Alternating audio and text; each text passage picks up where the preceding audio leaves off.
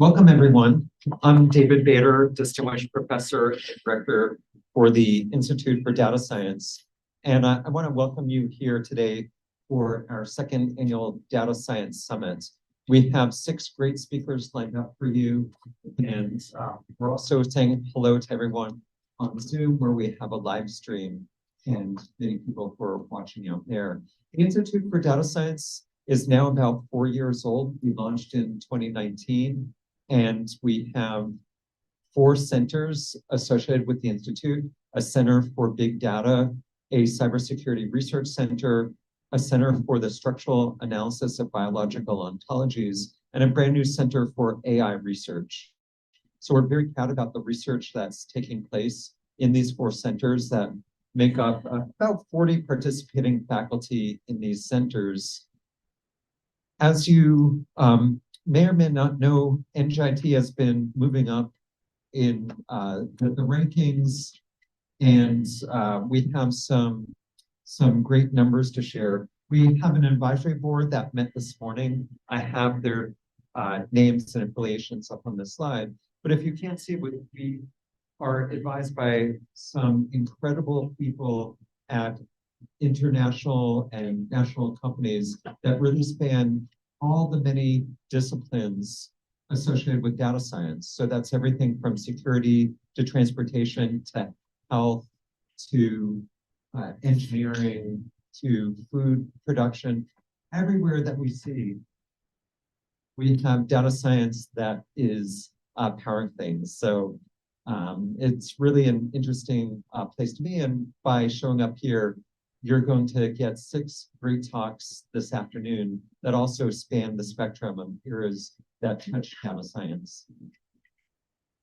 So NJIT, by the numbers, I'm a data scientist, so I'd like to see numbers. We have been improving steadily in US News and World Report. We're the number 42 public university, so this gets better and better every year.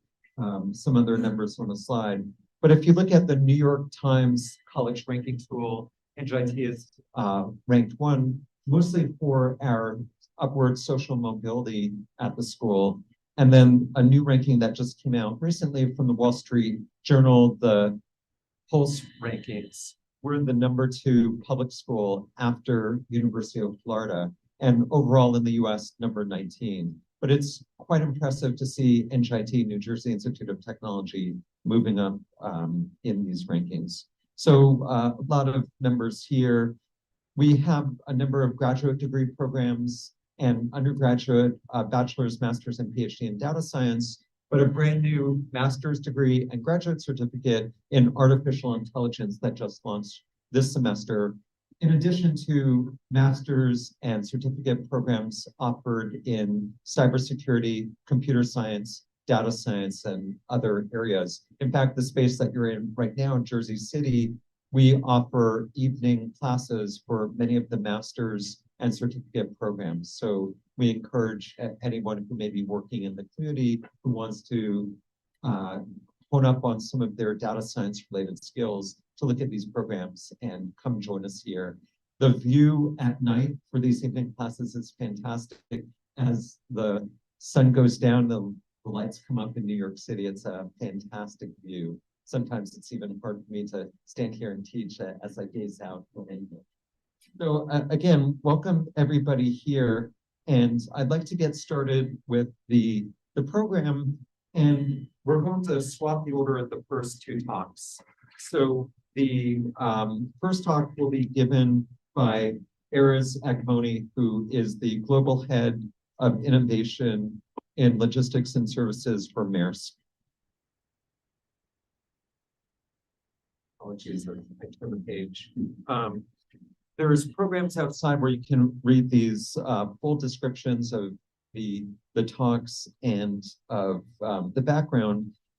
Dr. Erez Agmoni has worked many years in Israel, Asia, and Latin America. Now he's in New Jersey. In fact, the brand new Maersk Innovation Center is just a short walk from here, just outside here.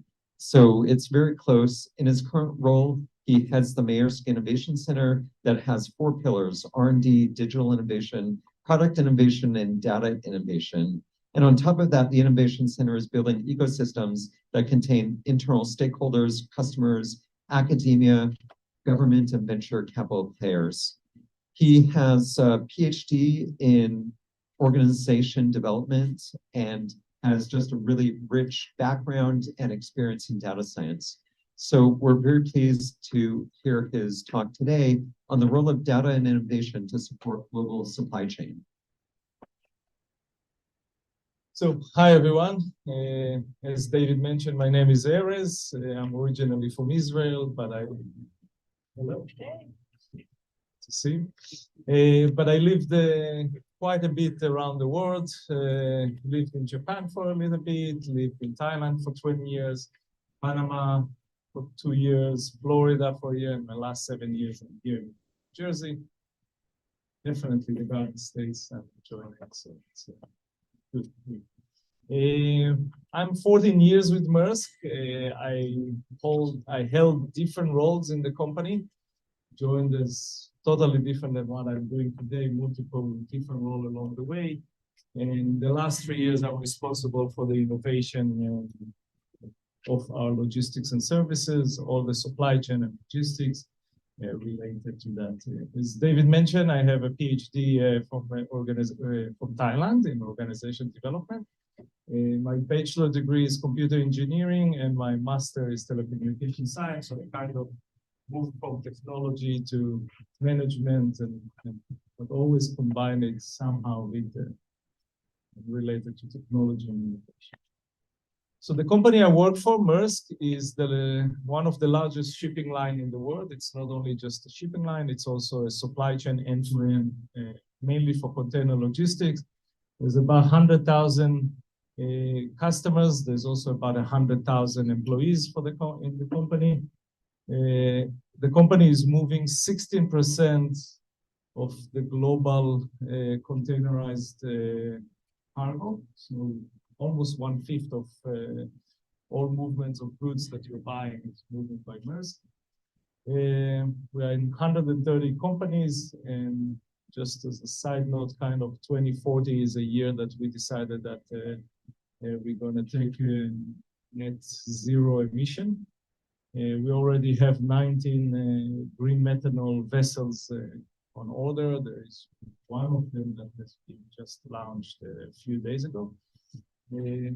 Probably this is close to the port, so if you see it's a logo with a star, like you see over there, you might saw the containers driving on the roads.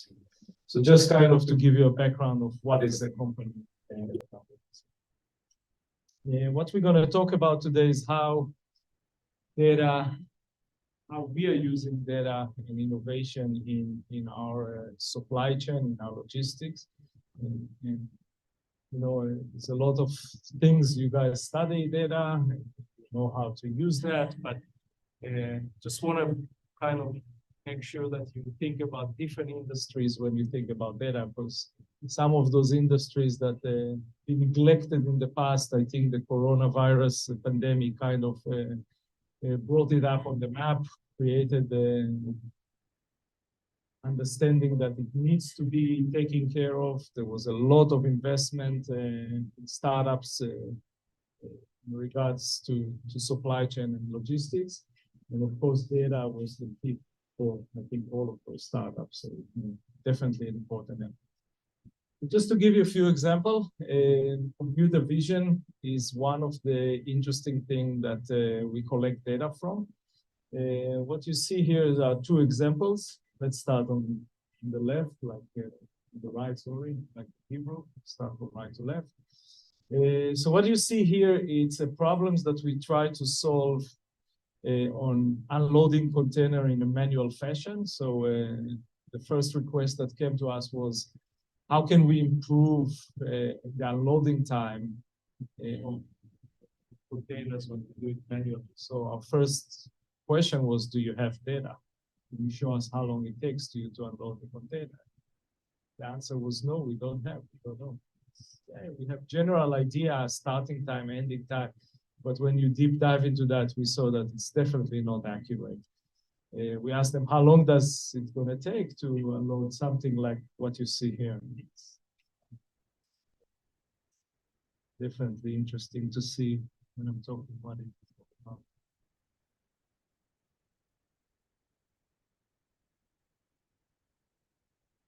So this container, the supervisor on the dock told us it takes one of them say 6 hours, the other one 9 hours, another one was 11 hours, kind of all over the place. We tried solving it using Excel, using labor management system. It's all failed because of there was no real input of data.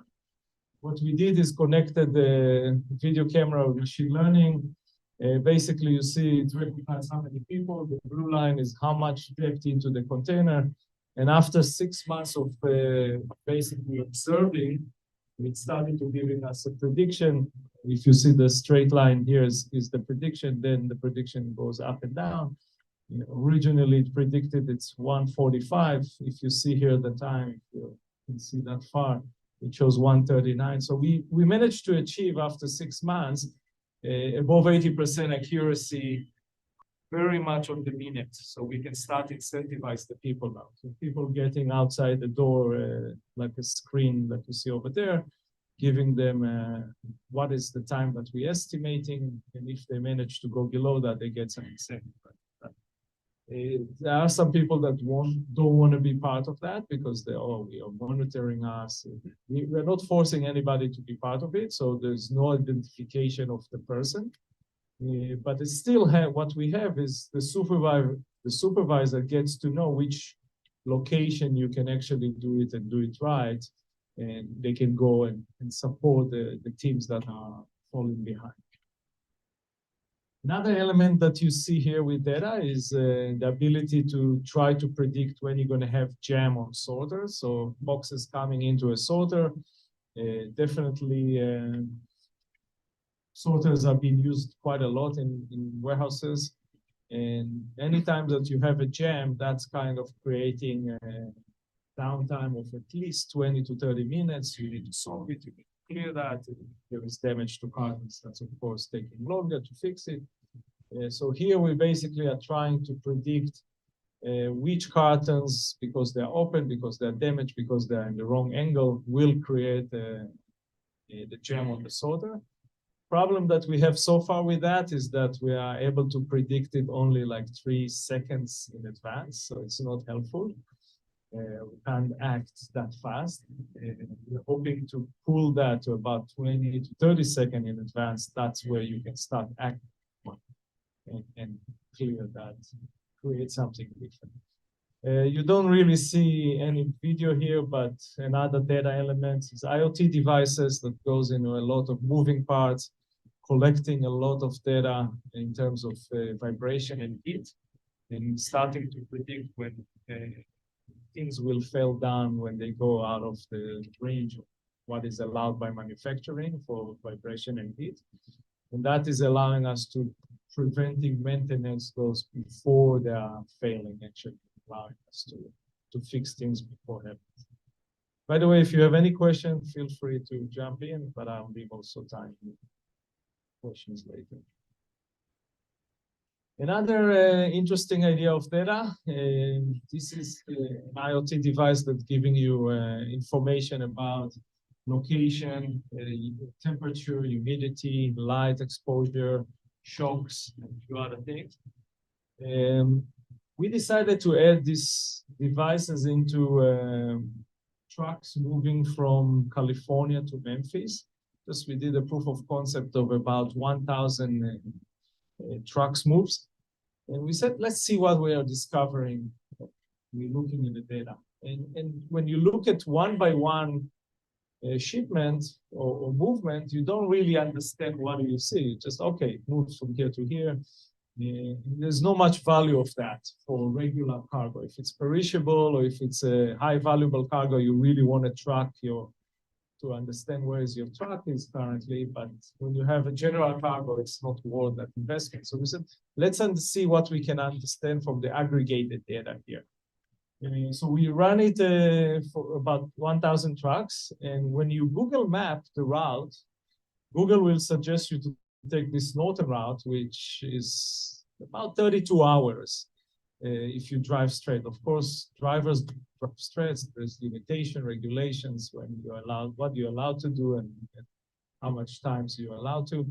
And if you take this route through Google, if you force Google to go through that route, it's about 34 hours, so 2 hours longer. What we discovered is that the northern route is actually taking 6 days plus minus 2, so 4 to 8 days, while the southern route is 5 days plus minus 1, so 4 to 6. And we kind of like, why the shorter route is actually longer and vice versa? What's going on over here? We looked at the data even closer, and we realized that people on this northern route stopping much more frequently. Every 3-4 hours, you see a stop for a while, and then they continue. 3-4 hours, stop for a while. It's like, this is strange. You're not supposed to stop that frequently. You normally take much longer until you reach your limit of driving hours. So we phoned to a few of those drivers, and we kind of like, why are you stopping so often? And the answer was surprising. They said that those parking lots for trucks are normally full and small. So you just can't trust that you will have a place to stop over there. And what do? They start to looking for the stop that will have a space for them 2 or 3 stops earlier. So they're trying to stop. Okay, they found something, they stop, they have some spot there, great. If not, they're moving to the next one. If not, they move to the next one. So definitely, they're not utilizing the maximum hours of driving. While here, parking lots are much bigger, the route is much less congestion, and they're able to find a spot after maximizing the amount of hours they allow. So kind of very interesting to find it through the data. This is something that we would never imagine happening. So very interesting, very helped us to change routes of drivers and ensuring that people are getting their cargo in a much better situation. One more example, this is my last one. This is basically a tool that we developed together with another university, MIT. The idea is to create something like this. The idea is to create something like this for the supply chain. What does these graphs mean, basically? When we took 1 million shipments from our databases, and we looked from China to the US, how things looks like in terms of supply chain. Because we get a lot of complaints from customers, hey, transit time is not reliable, we can't trust it, it doesn't work as we promised, and what's going on? What we discovered is the left graph, this is a real supply chain. It takes between 34 days to 74 days from the moment cargo entered the port in China until it's ready to leave the port in the US. It takes 30 days to 120 days from the moment it's entered the port in China until it's in the DC, in the US side. 30 days, 120 days. You have 90 days of black hole. Nobody understands why, nobody can explain it. We managed to find the reasons for that. But what customers actually asking us, can you deliver something like that? Can you deliver a much more concise transit time, no much variation, plus minus 3 days, 4 days, that's it, not plus minus 40 days or 45 days. They cannot, because what happened with this transit time, basically what they're not able to predict that. So they basically deciding and putting in their ERP something on the 80 percentile or the 90 percentile. So it's a 90 days or 100 days. And everything, or most of it, is arriving way before that. Now, when it's arrived way before that, what happens is you have warehouses full of goods that you don't need yet. You have potential another movement because you store it in a warehouse when you don't know where is the demand. So you might need to move it once again when you know what is the demand. And the third thing is that you have money tied into inventory that you are not able to sell yet. That means that you have a lot of cash into inventory. That cash is tied. And today, the cost of cash is definitely more than what it used to be. And people care about that. So they ask us again and again, can you bring it to that narrow? And this is a real example when we did a proof of concept with one of the retailer in the US. We decided to take 60 days shipments from Vietnam to Texas and try to reduce their variability to ±3 days. We managed to be successful 94% of the time. The other 6% was ±4, ±5. And all these happened when COVID started. So there was a lot of interference when it happened. So in the meantime, we decided let's develop a tool so that basically look at multiple routes. It takes all the different databases and data sets that we have and also external data sources. It looks into all of that and basically start to predict according to all the multiple ways, what is the best route to bring it again and again and again at the same transit time, so you can actually start to base your ERP or whatever systems the customers are using, bring it into that repeatedly. So you see, you can actually go via, you can't see the world map here, but this is through the Panama Canal, this is through the West Coast, so it's different routes. You can't see the background here in this. But there's basically, you can make it the decision. Do you want it based on the price? Do you want it based on transit time? Do you want it based on variation of the transit time? So we give you multiple solutions into that. And that's basically what we are calling now dynamic routing. So allowing our customers to basically giving us the cargo, giving us a date, when do they need it or how long they need it needs to take, and let us decide on the routing rather than what it's happening today that they are deciding moving from A to B to C. That's it basically. If anybody want to contact me, definitely you have the question, the contact details here. Any questions? Yes, please. So I just had a question with Maersk being so big. How do you handle like which projects your team is going to be working on? So like internally, right? What does that process look like? Okay. Definitely a good question. We're asking this ourselves all the time. So we have, as I kind of didn't mention it, but David mentioned it. So we're trying to build an ecosystem around that. We have internal stakeholders, we have external stakeholders. We normally take at least 50% of our project from internal stakeholders trying to solve internal problem.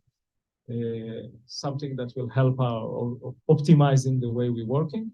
And about 50% we're taking from customers that either want to co-create with us or willing to test those solutions. If we will solve it, they're willing to test that.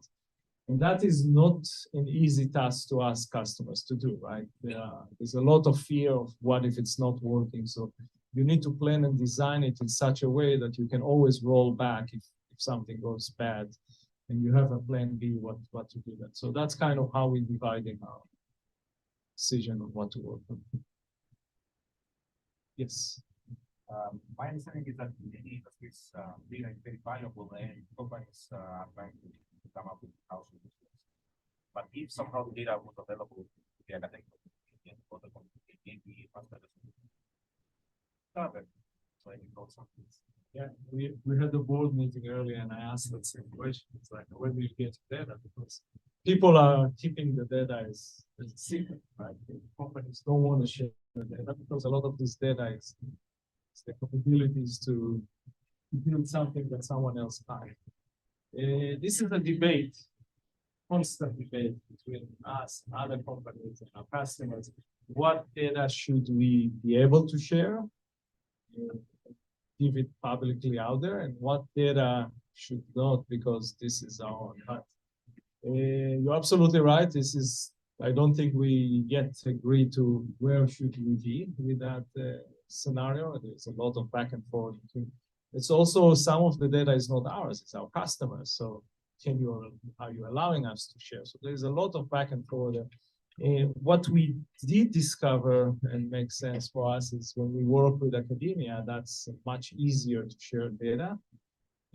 Just because it's not easy, but it's easier. Just because it's not for purposes of making money or building a solution, it's more of a research and kind of something. So we do have the ability to continue to share that. Yes. I think it's an important component for supply chain. Over the COVID, we observe from this article that we are really far behind processing well the transportation inventories. I put some I put one major resistance is because it doesn't allow the automation of the port management because I have a question. First, is it the case? Is it true? And the second, how do you evaluate as the position internationally in terms of the port management? So thank you for putting me on the cross here. She's really trying to crucify me. But for your first question, I will only smile. I'm not going to answer that. It's too many people here for me to answer. I can answer you one-on-one. For the second question, the US is one of the lowest ranking in automation for ports and for supply chain. It's really, really way back. I think you're from China, if I'm not mistaken. Right. So, yeah. So all Asia is way, way, way better than the US, way more advanced by 20, 30 years, not by 2 or 3 years.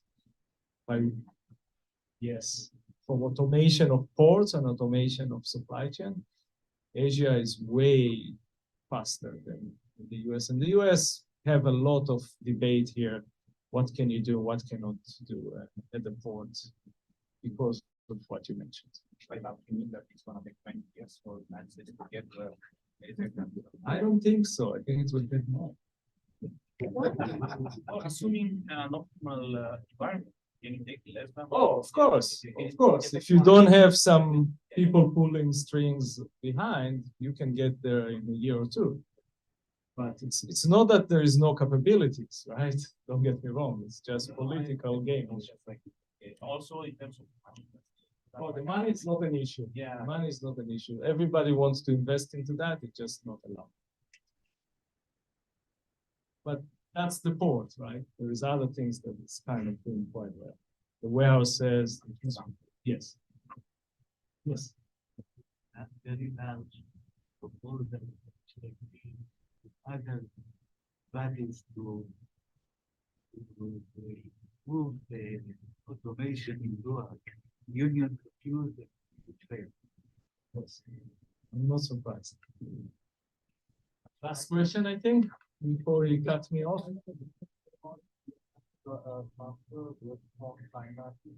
Yes. Of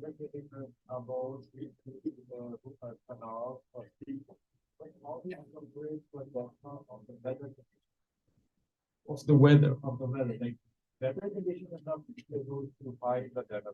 Yeah. One source of data is actually your find.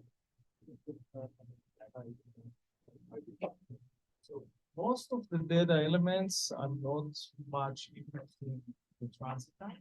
So data in the middle of the ocean may impact you by half a day, maximum a day. The most significant data weather condition that can impact you is, for example, a fog in Shanghai. Shanghai tends to be once a year, you have like 2 weeks with the fog and then nothing's going on. It's very difficult to get out of that. But that's relatively predictable way in advance, like 2 weeks in advance or a few days in advance, we know that. Beside that, the rest, we looked into that, how does it impact in our prediction, basically, when we did that model. So weather in the middle of the ocean is not a big impact of the whole. Remember, you're talking about 30 days to 120 days. A day or half a day doesn't much make any difference.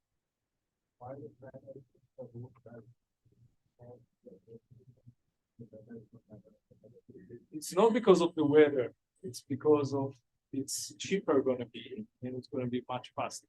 The rail movement is a matter of a few days, while when you take a vessel, it's much more expensive to close the Suez Canal and it takes a few weeks. So it's much more interesting from that perspective.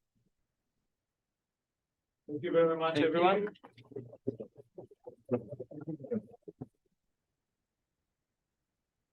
So we just learned about the global supply chain. The next talk that we're going to hear about is on AI for medical education and medical diagnosis.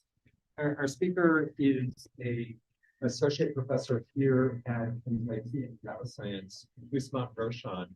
And Usman is one of their experts in machine learning and data science. His research is focused on robust AI modeling and medical AI. He's published widely in bioinformatics and machine learning conferences and journals. And also is one of our faculty who works very closely with industry. He's the recipient of several grants on his work in AI. So without further ado, his slide should be up in a second. I should mention we're alternating speakers between external and NJIT internal speakers. So we have a couple of talks coming up, 4 more talks after Usman. Then afterwards, we'll have a reception out here. So I encourage everyone to stay around for the reception. Usman? Thanks, David. Thanks for the introduction. Thank you for inviting me to give this talk here. Thank you all for attending. I'm very excited to be here. And I'm just going to talk about some of my recent research work, which is building AI models for medical education. This work is done in collaboration with my friend and my collaborator, Viet Bongo, sitting right there. He's a transplant surgeon from Robert Wood Johnson, came all the way from New Brunswick. Thank you. And so I will go ahead and get started. So AI in medicine has been mostly about diagnosis. And we started out the same way a few years ago.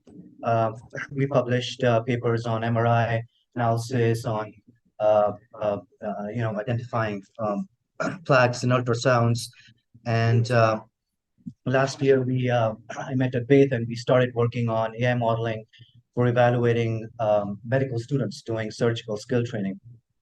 And I will present 2 things in this talk. I will present a recently published paper, which is on model for evaluating videos of students doing knot tying.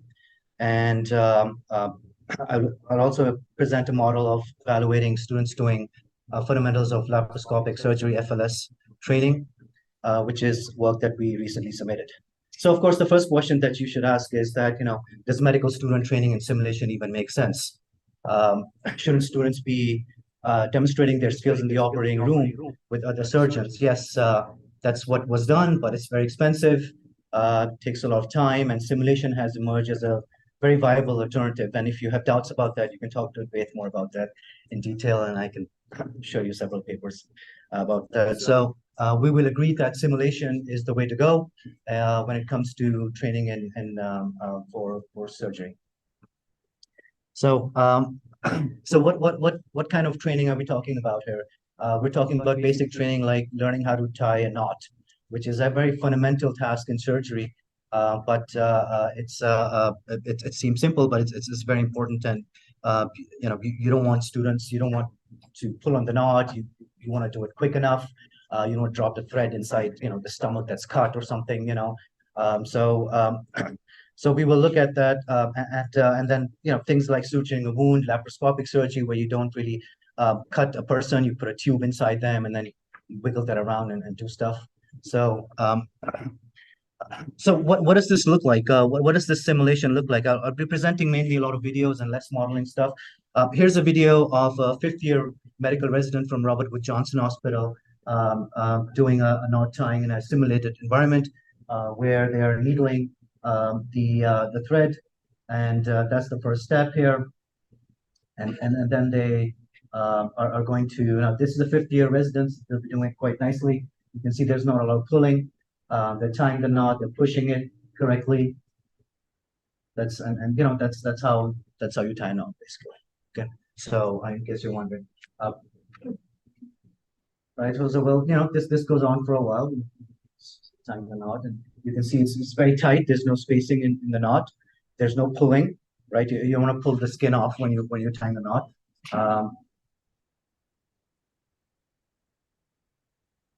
Right, so this will continue for a while, and then they will cut it off at the end here. And so, oh, oh.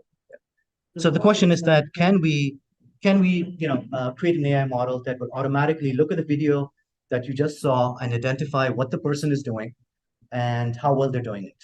So so Advait's team collected videos of students, 27 medical students, 7 residents from the hospital doing this nod tying.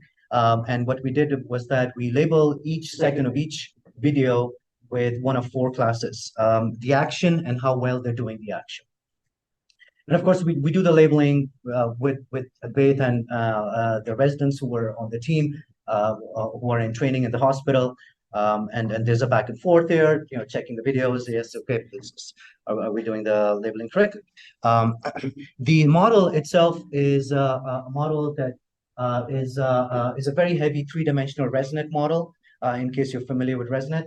And then we basically take 3 set of frames. So this is a model that will look at future frames. Okay, so the next model I present does not look at future frames. It can do real-time live feedback. This one will look at future frames. We convert each set of images into feature vectors. We combine 3 of them and give it to a temporal model known as a TCN. And then the output is going to be what the person is doing in the middle set of frames. Okay, so that's our overall model. Now, I mean, I'm going to show some statistics. Yes, these are accuracies. If you're wondering what should you pay attention to, you can just pay attention to the F1 score. F1 score is sort of the accuracy. Okay, and you may say 65. Wait a second, that doesn't seem very high. Well, we'll look at some videos for a moment, and then you can be the judge. When it comes to the task recognition itself, we're much more accurate, but it's really the level. Telling the level is a little more difficult. And remember, the number of training videos. This is a 5-fold cross-validation study. So this is a total of 34 divided by 5 times 4 is about maybe about 30 videos in training. It's a very small number compared to the millions of images that are given to models these days. ChatGPT, for example, which is not million but billions of bytes. So. Okay, fine. So what do we do? I mean, who cares about this? Well, there was a previous study that was done on on a model for evaluating nod time, and we can compare our work to the previous study. And the previous study, basically, you can see that this number basically means that the fact that the precision is higher than sensitivity, that means that their result is more imbalanced. They're basically outputting everything to be one class. Okay, that's why you get this number. And then the F1 score is about 50%. Whereas our F1 score is 62. So we have an improvement over the previous work. But really, I mean, what does happen when you run this? So here's an example of our model running on a 5th-year resident, and it's annotating the level. So it's needling, yes, okay. This I warning, it's not perfect, just research maybe. Now, but okay, yes, it's waiting. Okay, the needling was gone. And what we do is that we wrote a little program in OpenCV that will annotate the label on the video itself. Okay, we're pushing the knot. You can see it's pushing. It's tying the knot. Okay, nice, it's doing it nicely. At 5th year, it's doing it well. It's the same video we saw. So okay, good. Yeah, that's so. So overall, nicely done. It's nicely done. And the model can actually give feedback for each second and say, hey, you're pulling too hard, or you're doing this too hard. It's a second by second annotation. It's not an annotation of the entire video. And okay, well, I mean, what about someone who maybe doesn't do it so well? This is a 4th-year medical student, and you can see that. So remember, 5th-year resident, 4th-year medical student, they still have to become resident. So it's not a difference of 1 year; it's a difference of 5 years. And so the needling is it's easier to identify needling. It's not too hard, but it doesn't help us. We're really interested more in the tying and the pushing. Here's the model says, yeah, waiting for the next step, doing nothing here. Okay, so they took off the the needle, and now they're trying, look at how much they're pulling, because you can see the pull. You can see the pull, you can see the knot, it's got a big hole in it, it's got some air in it, so this is, this is a total failure, okay? It's a total failure. So you can see how much lifting there is going on. There's a huge difference between this and the previous video. And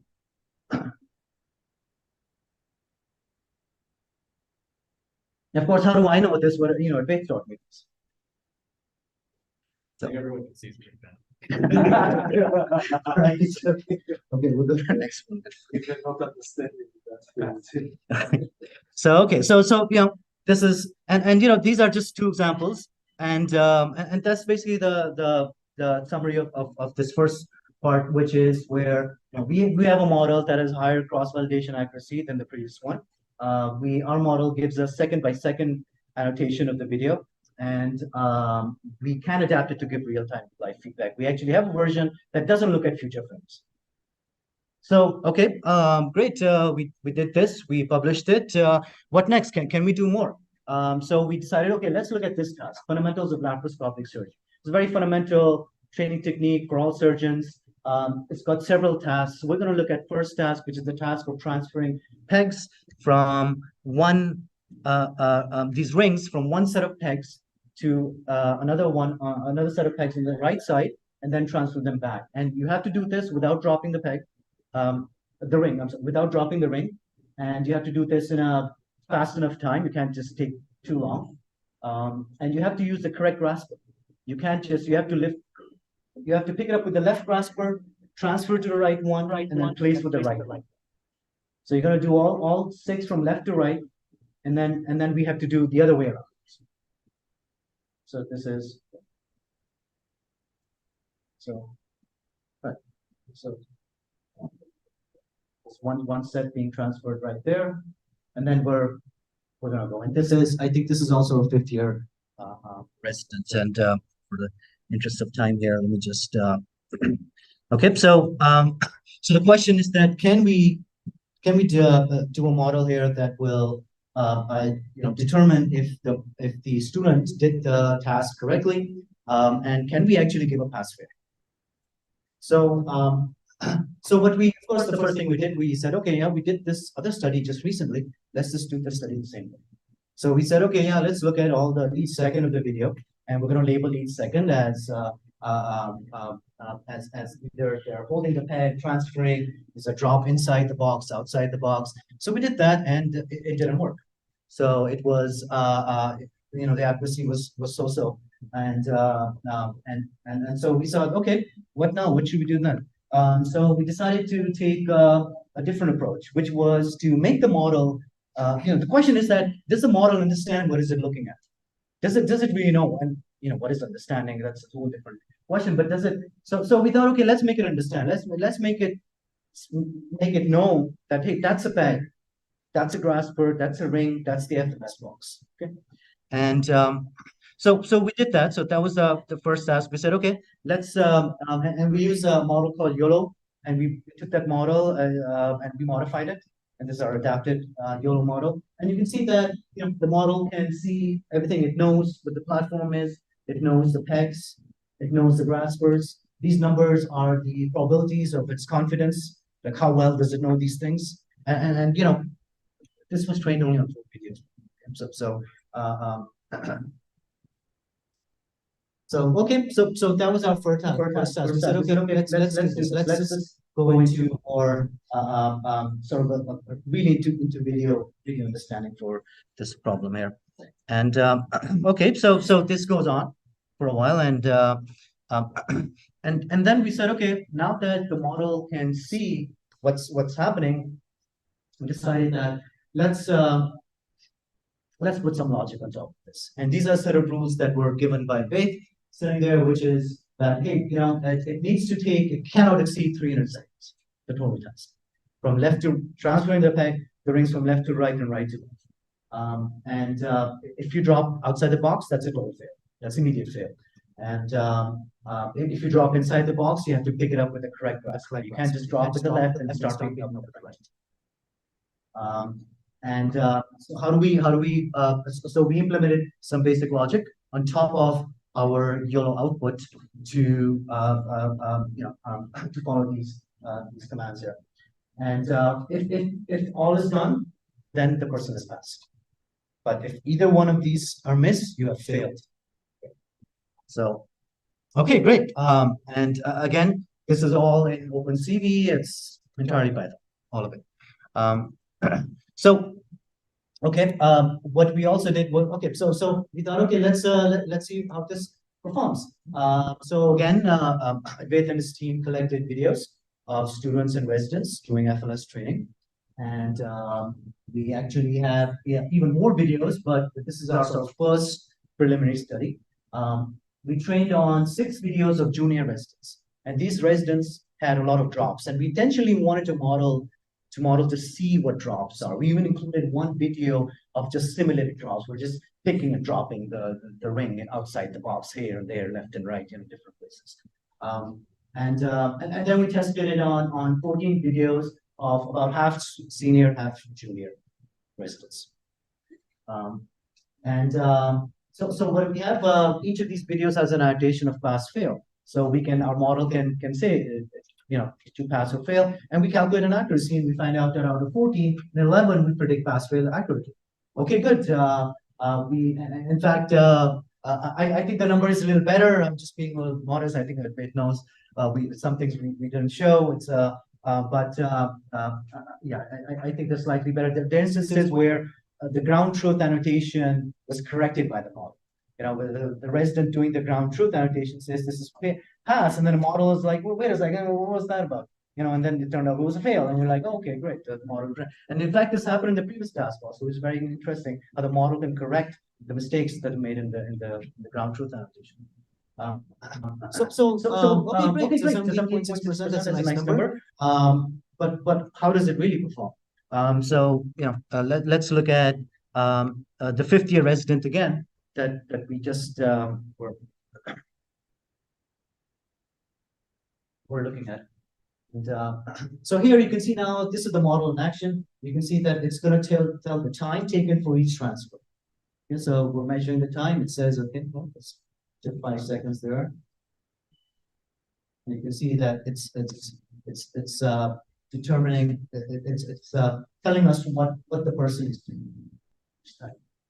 So take the left hold. That's a transfer right there. And you may look at this and say, this is easy. This is very standardized. You'll be surprised. It's actually not that easy, because if we do the second by second labeling, the model gets confused. I don't know if you're picking or placing or the transfer. So it's interesting. Some things for people are so simple, but for machines it can still be a little hard. So now we're doing the other way around. Now we're going from left to right.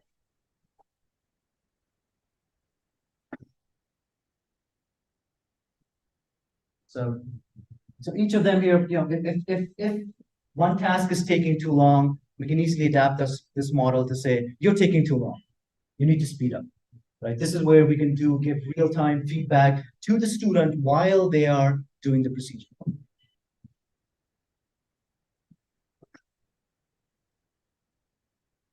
That was a success. This is a 5th-year resident that succeeded in this. Then here we have a few instances of fail. This is a 4th-year resident. Right? These are still all residents, and here I think they picked with the wrong grasper at some point. I think the 5th one was just. You can see the rest of the 4th year. This is pretty fast. I mean, I tried this in the thing, and it's not as easy as it looks. Okay. Yeah. So we're doing and then now there's going to be a point where they use the wrong grasper.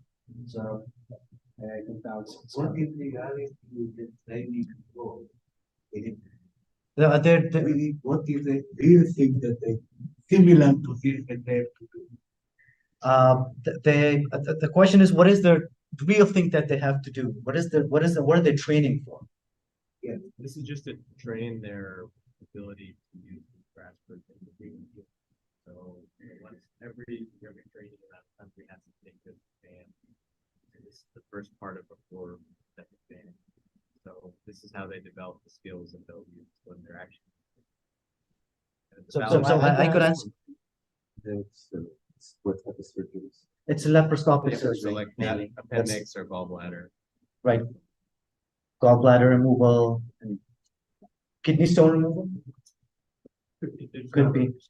Yeah. It's really when you insert a long tube inside the body and then you're doing that. So these graspers are supposed to stimulate that how well can you so you're not, there's no cutting, you're just inserting a tube inside the body and there's like maybe a little camera at the front or something.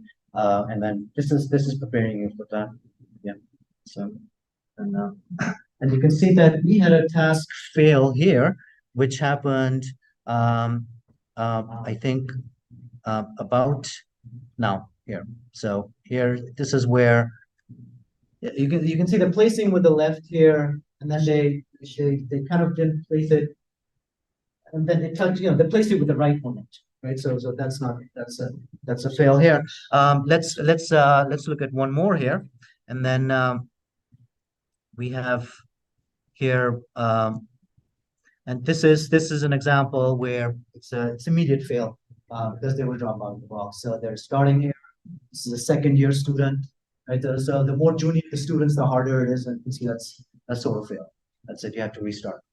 So I mean, we can modify this for it to say stuff instead of saying fail. You say okay, restart. So there are other variations we could do here. And this is just this one. So anyway, this is fail. Okay. And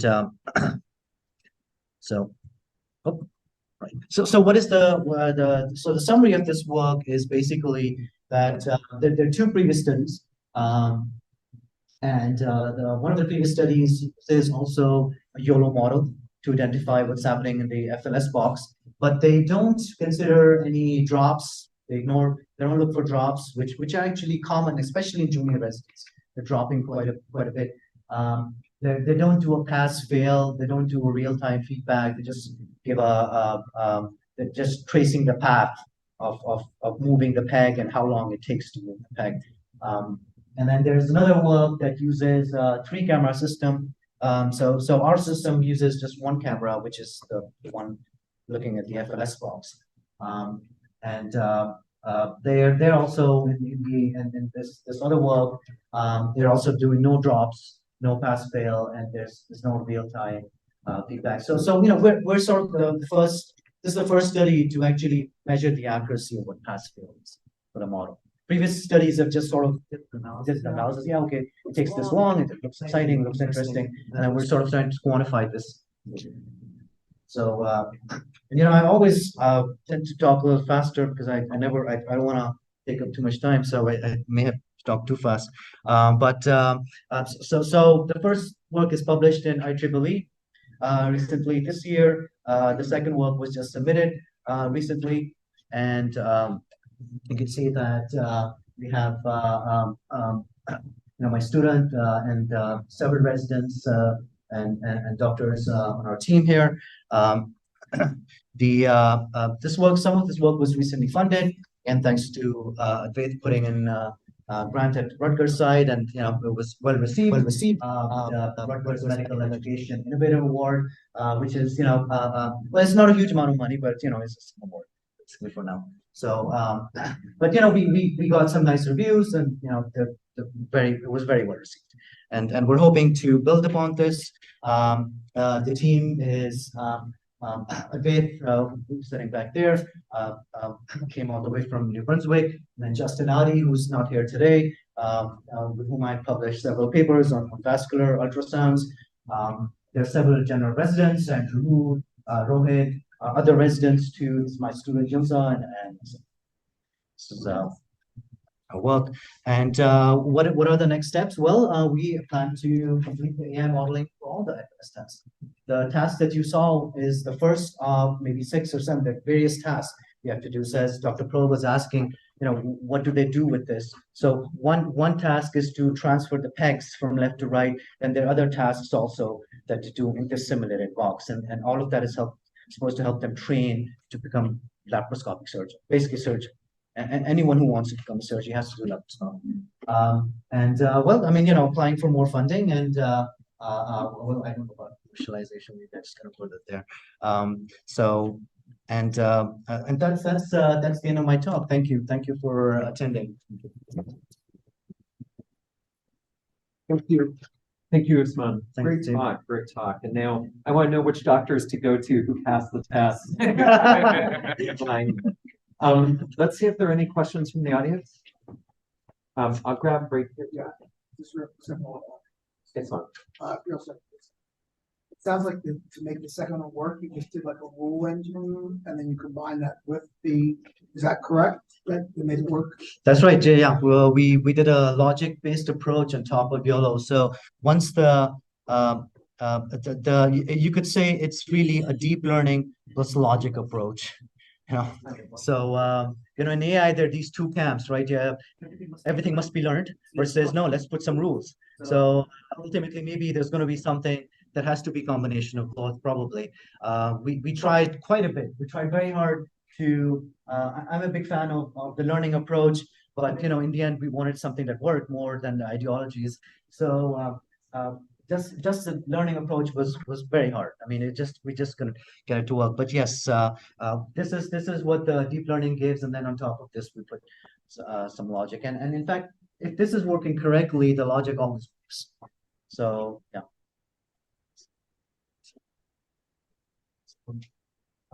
Yeah. Very nice. Yeah, I can hear you. Hello. I have a couple of questions. If you go to the performance, right, 78.6%, right? So I'm wondering, what is the factor that contributes to that accuracy and whether it's reliable? This one? Yeah, 78.6, right? Yeah. Whether it's reliable or not. So when we present that one to a hospital, right? So what does that mean? That's true. I mean, yeah, that's we have to do more videos, evaluate on a larger set, and ultimately what we do is that we basically have doctors who are going to say, here are a bunch of videos, and this is what they should be, pass fail. Now let's see what your model is, and that's the ultimate test. So and that's that's something we've done. We've published this in one of the medical conferences, and we did something similar where it worked. It was a previous version of the model. This one I think is probably going to be more accurate. But yeah, that's an excellent question. You're right. I mean, I can play games with the metrics all day.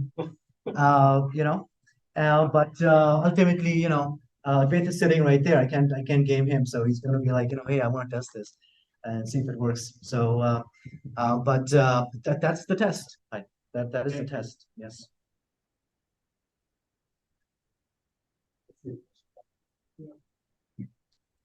So, what about more complex procedures, like videos? Like how would like the model kind of recognize like pass fails, especially for procedures that are like longer? Yeah, that's an excellent question. I mean, our next task, we are moving ahead with next FLS task. I'm going to let Beth take that, if you don't mind. Sure. I think although the procedures may get more complex, the skills that underlie them are the same, right? Tasks are just how we develop skills to grasp the transfer. So on with each step of the model, you can now layer a different activity or another layer of complexity on it. So then, there are models that look at laparoscopic surgery and will predict this is a danger zone based on certain techniques that you move, the way that you're moving the grasp or the robotic arms. So really, it's just focusing on the skills that then you can use to predict more complex techniques. I mean, we also plan to, and just to add to Beth's answer, we're planning to do the following FLS tasks that are used for, this is just one of them. Right now, the strategy is to use the same approach, using a YOLO type model for identification of what's happening, what are the components of the box, and adding some logic. But it's hard to say. I can't. It's possible for another task. Just learning will be fine. If we just label second by second, it works. Again, it depends upon what the task is. Yeah. I think we'll take one more question.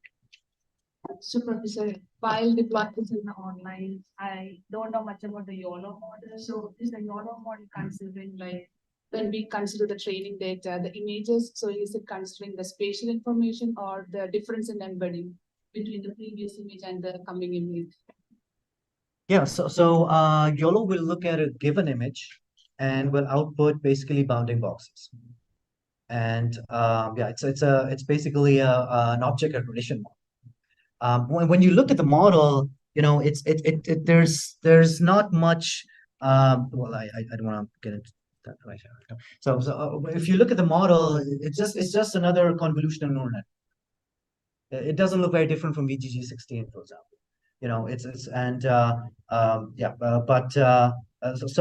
But they made it and made it work for bounding box. They called it YOLO. So they did it first. So but yeah, there's nothing too special. It's just mainly just bounding boxes. That's a good question. So let's thank Usman again.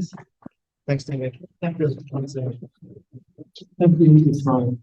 Just a fantastic talk, and to see all of this great combination of machine learning and medical research taking place here at NJIT.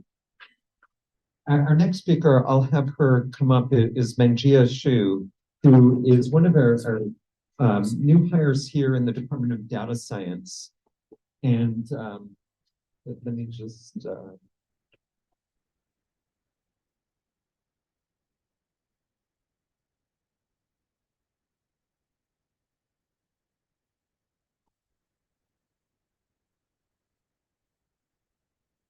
while she is getting set up,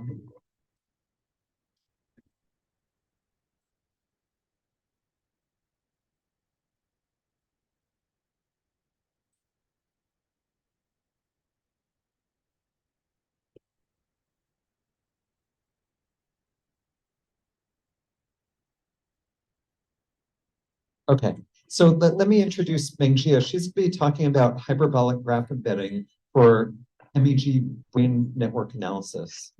And she, as I mentioned, recently joined the Department of Data Science. We're glad to have her here.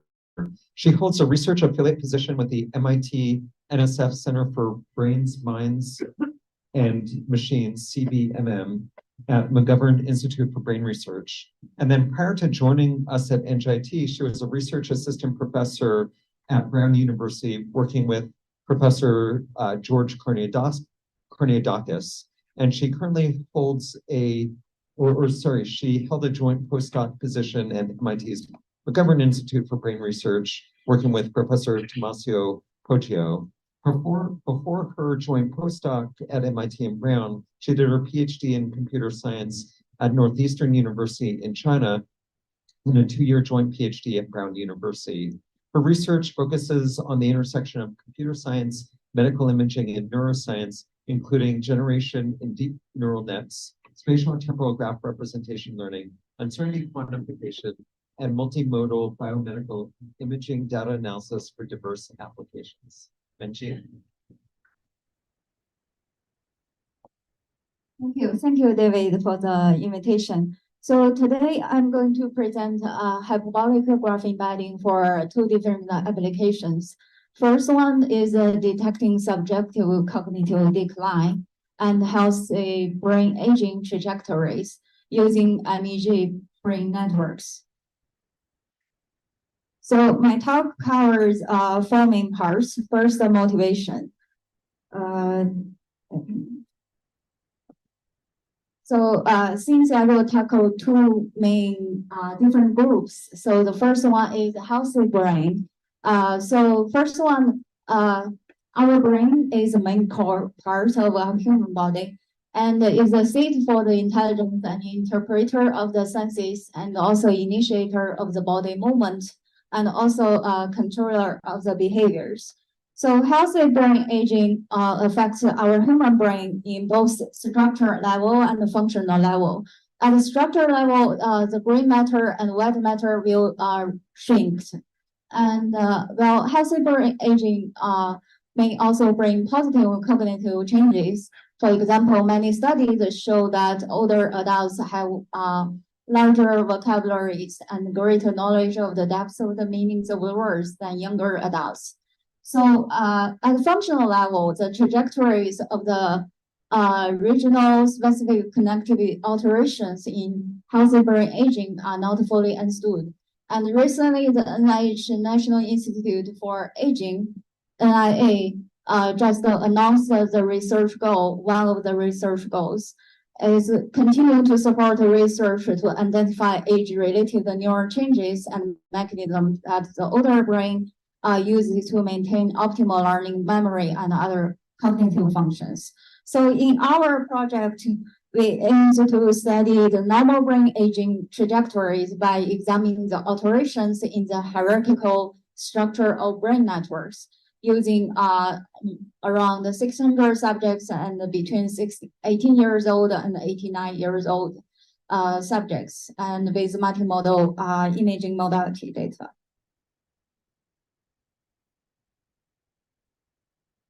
Second is about the Alzheimer's disease. So Alzheimer's disease, or AD, is a progressive brain network disease with complex etiology and multiple pathogenesis. By 2015, there will be 152 million dementia patients and about 1.1 trillion healthcare costs in the United States.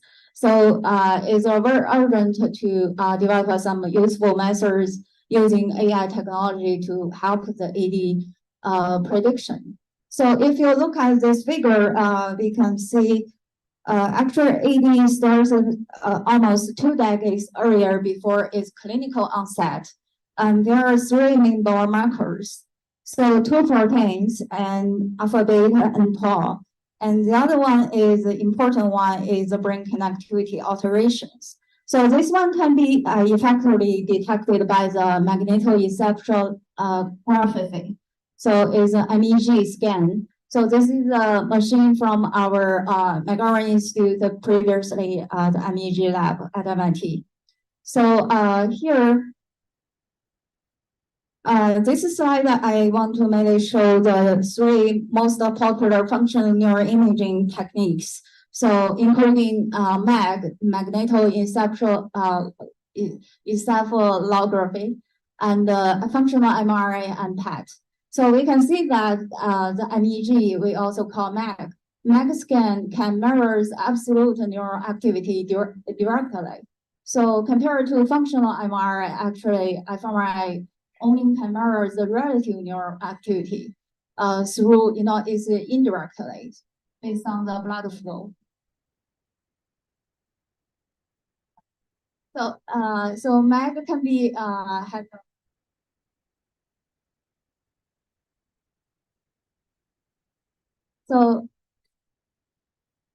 So MAG has a much better, excellent temporal resolution and better spatial resolution compared to EEG and fMRI. So the temporal resolution is very, is in milliseconds. So, and also can be recorded in sleeping subjects and without noise. That's the main benefit. So based on the mirror collected time series data using the MAG scan, we can easily construct some different brain networks like this one. So compared to the regular image and text data, it's the so the brain network analysis is more challenging because each graph node has different number of neighbors, and the graph structure and sizes will be different, and different number of other nodes. It's in non-Euclidean space, and there are complicated relationship between nodes. Sometimes we will have directions on the edge, so the information can message passing from one region to the other regions. So how to effectively and efficiently learn highly informative representation for complex human brain networks? So recently, graph embedding method has attracted a lot of attentions in different domains. So here are several very important graph embedding methods. So the first one is 2016 from Stanford. It gained a lot of citations, 10,000 citations. It's basically to embed high-dimensional graphing into lower-dimensional vector space. And the second group is graph Gaussian embedding. This one is basically to embed high-dimensional graphing into density function space with uncertain quantification. And the last three works are from myself and my collaborators. And the second work, 2021, is on the MAC brain network about for the AD progression prediction. And the last two work more recently is on the spatial temporal graph embedding for different type of public data set. So, and third group is more recently, it's graph neural networks. It's a message passing and the graph convolution neural network and the attention network. But this kind of method can learn graph node representation as vector in the Euclidean space. And more recently, graph transformers, like 2019 and 2021, I think, started to fix two main issues of graph neural networks over switching and long-term dependency. But graph transformers have a very big limitation is quadratic computational cost. So however, now this, although this method has achieved good performance in different domains, but now this method can capture node-level hierarchical property in the latent space. So, but this is very important for different downstream tasks like healthcare, finance, and transportation, and many other domains. And before I start to introduce hyperbolic graph embedding, this is our previous work also on MEG brain network for the AD progression prediction, published in 2021.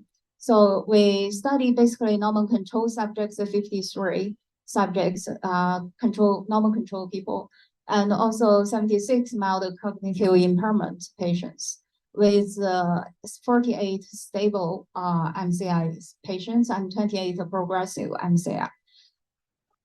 Progressive MCI will progress to dementia after 2 years. So we want to discriminate these three different groups using graph embedding methods. So this is the main workflow of our approach to learn the hyperbolic, to learn the Gaussian embedding for the MEG brain network there. So basically, each graph node can be represented as the multivariate Gaussian distribution in terms of the mean and the variance. So the variance can help us quantify the uncertainty in the latent space. And however, the mean vectors can be used for the features for downstream like classification task or link prediction or graph level inference tasks. So we basically to classify three different groups and also used to detect the significant changes per regions between the stable MCI and progressive MCI. This is the significant change in the regions, basically fall into the temporal cortex and also the frontal regions. So these two regions actually are very highly correlated with Alzheimer's disease. Okay, so now we are going to talk about the hyperbolic space, hyperbolic graph embedding. So after I finished that work in 2021, I'm thinking about, okay, maybe in the embedding space, we should choose another better representation space to obtain less distortions. So here, another factor is a lot of data in the real world is exhibit underlying hierarchical structural property. For example, the molecular networks, ontology network, and the financial networks, also the COVID-19 spreading networks, and of course, our brain networks, same. And if we embed the graph into Euclidean space, it has a limited space for embedding tree-like graph data. and has a high running time and memory issue. But however, if we map into a hyperbolic manifold space, it can preserve both graph distances and complex hierarchy, extremely efficient and in very few dimensions. So here is the difference between this is a hyperbolic space. It's actually a continuous version of this gradient tree and simply connected with many factors. So with the hyperbolic space, I have a negative closure. And in space, we can say is a zero closure. And and there are there is a very useful metric actually coming from 2013 if you want to narrow the graph, you can see that or not. So you can use the delta parameter, and if it's close to zero, indicate this graph are more tree-like. And there are two very popular representation models in hyperbolic space in quantity and the low learning model. So this is a point where so we can see the current node will be in the center of this, and the children nodes will fall in the goes to the boundary x and y. So we can see the with a smaller radius we will get a larger curvature and also gain larger distance. So we can see from this pointer ball, we can see so when the radius is increasing and the space actually increases exponentially. So you will have more space to embed those children nodes. Because most of the graphs actually follow the power law distribution. There are quite a lot of nodes with low hierarchy properties in the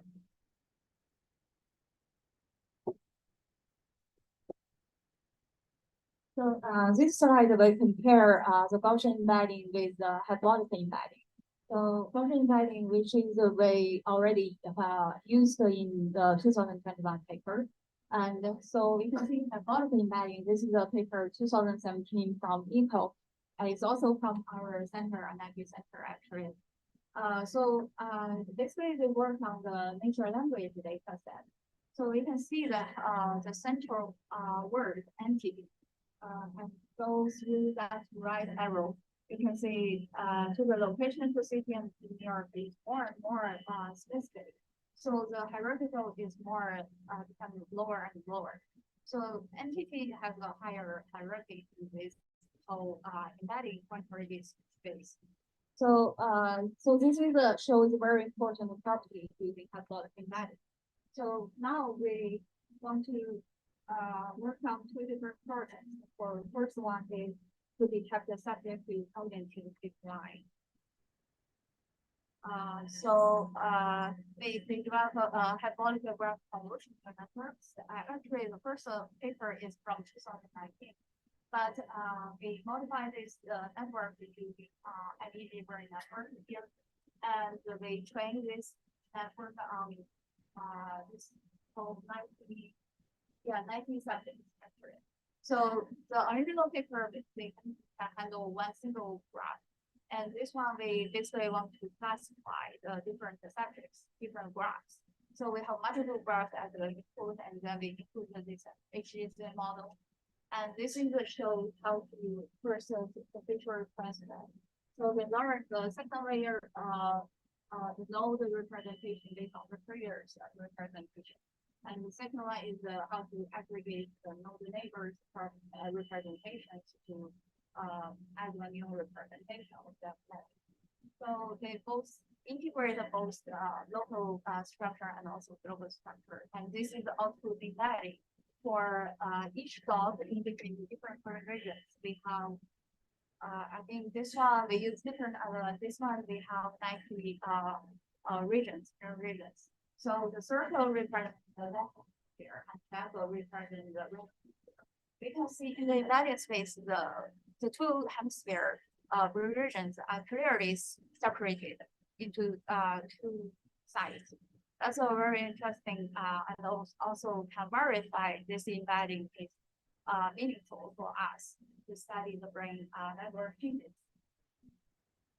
And here, we compare other 3D designs, for the history.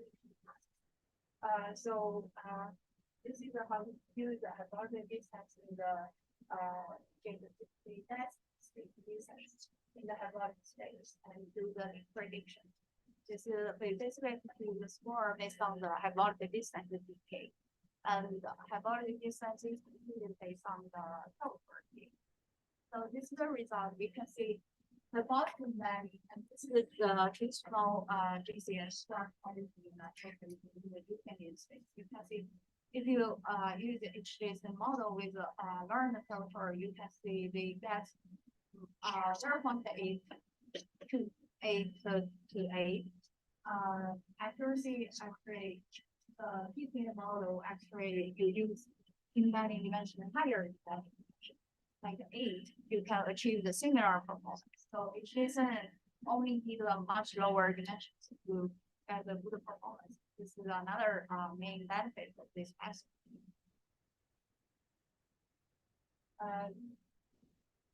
And in this page, we show the subnetwork hierarchy analysis. So across in the human brain, we have multiple different subnetworks, and each network contains a few brain regions. And here we can see the healthy controls are the blue box bars, and the red one shows the subjective cognitive decline. We can see the DAN is the dorsal attention network, and VAN is ventral attention network, and the SMN is a motor subnetwork. So SMN, is a sensory motor network. So we can see these 3 networks has a higher hierarchy correlated high score on the diffraction scale. And also participants with SCD had reduced the distance from origin, basically the radius here. So this region, if the brain region is here, means more high hierarchy. And here, if the brain region go here, like the radius increase, and then the hierarchy will decrease. So basically, we'll find the reduced hierarchical in this string major subnetworks for the subjective cognitive decline patients.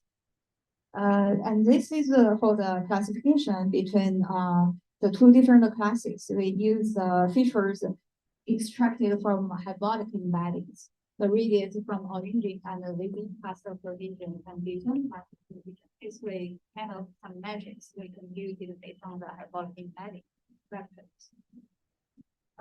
And this is the classification results. We combine the original PRV with actually the adjacent metrics for the graph. So it's kind of a correlation matrix, but PRV become histological matrix. Together with the embedding papers, we get a much better result compared to you use the original graph, the graph adjacent matrix to learn to do the classification. And second project is on the human brain project. Is an ongoing project, actually not finished yet. But the basically problem is we want to predict the age and identify subtle changes in the brain activity across it. So this the main goal, we want to detect the intrinsic hierarchical of functional subnetworks and how they affect the predicted brain age. And the data set we use content data set. Actually, this is from our collaborator in Italy, University of Temple. So they actually shared 600 healthy patients across decades, 7 different decades, 20, 30, 40, and 80s. So we have multimodality environments. Like the map data is the most important one. And we also have the cortical sequence, basically computed based on the T-band-weighted mRNA data. And we also have the myelination, which is also an important biomarker for brain aging. So here, we use a similar hyperbolic graph embedding model, but here we converted to a fully hyperbolic embedding model So some techniques inside, but here due to the time limitation, I will not present. So basically we embed the mega brain network. This is the magnetic metrics we developed value. But this time this template we use HCP MFP for an atlas, so including more number of regions, 360 regions. So the network is 360 by 360. And for each brain region, we have two features from the MRI imaging and also the MPI is the nomination for each brain regions. And then we input the graph model and then we get the hyperbolic embedding the lesson phase. Similarly, the different regions embedding I show there. And here is the RI hyperbolic radius. Basically, the can represent the hierarchy property for each RI, each brain region across the different age decades. We can see actually this is the right early visual brain region in the right hemisphere. Have a increasing hierarchical trend over different age decades. So this is more brain regions. And interestingly, we found that some region has this different trends. It's kind of stable in the very early, like less than 6 years old, and after 6 years old, like trust. And some regions actually maintain that doesn't change at all. So these are our preliminary results. And this is the sub-network level changes. For we have 22 sub-networks. So each sub-network, the final visual has two regions.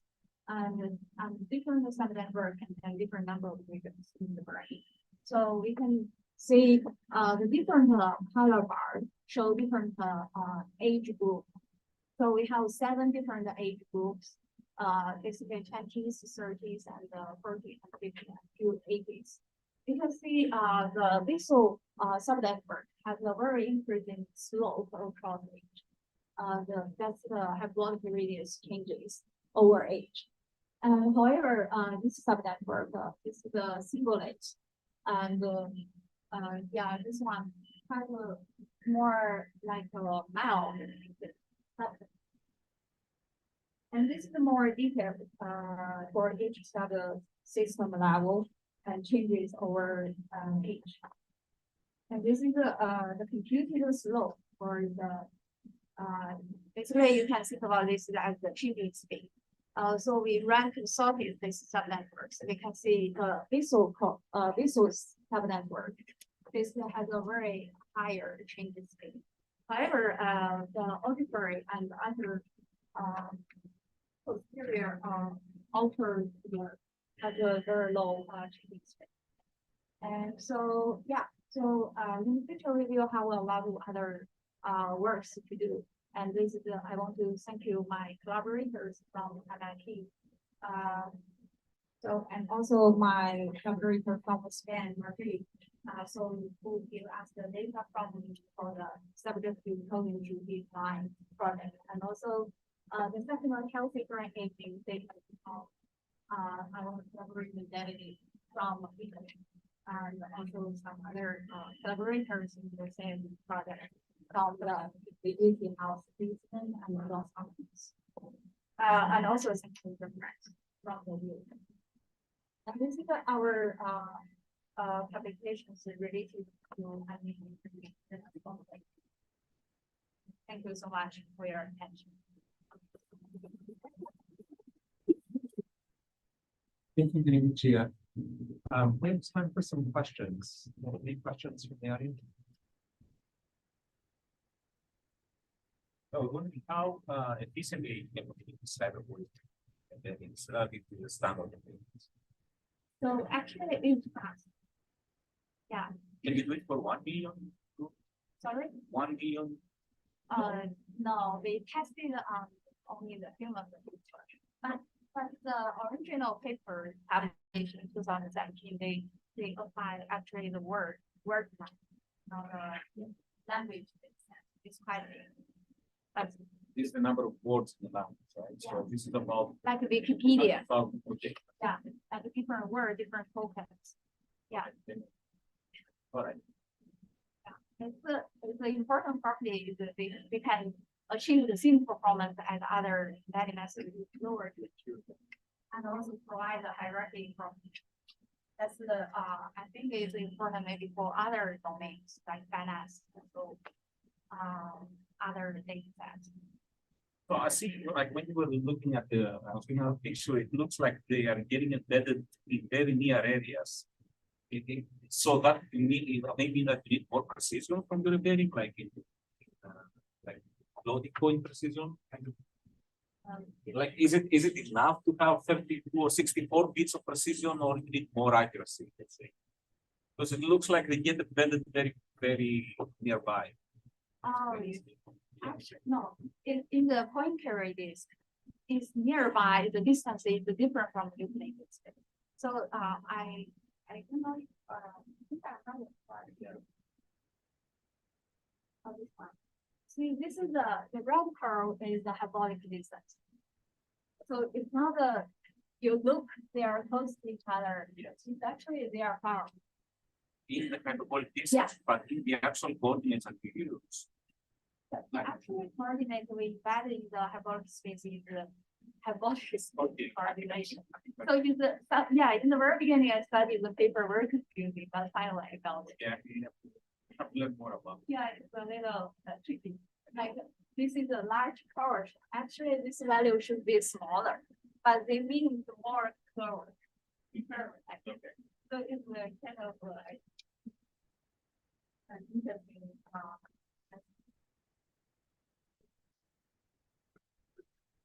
We will project to the like the hyper.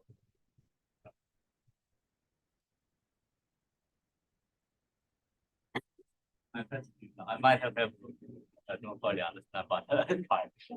Yeah. One has changed like for the hyperbolic projection, right? You including the network, and once after the projection, in this hyperbolic space, how the like the if you don't do the in the Euclidean space, like you can use the convolution filter to try to get the feature. And once you project to like non-Euclidean space, you like how to like a function like we affect the function when you design the neural network. What is the consideration in the network architecture design? So you mean how to? Yeah, that is affect the network architecture design. Once you project to the hyperbolic space embed, like how do you extract the features from the hyperbolic? yeah.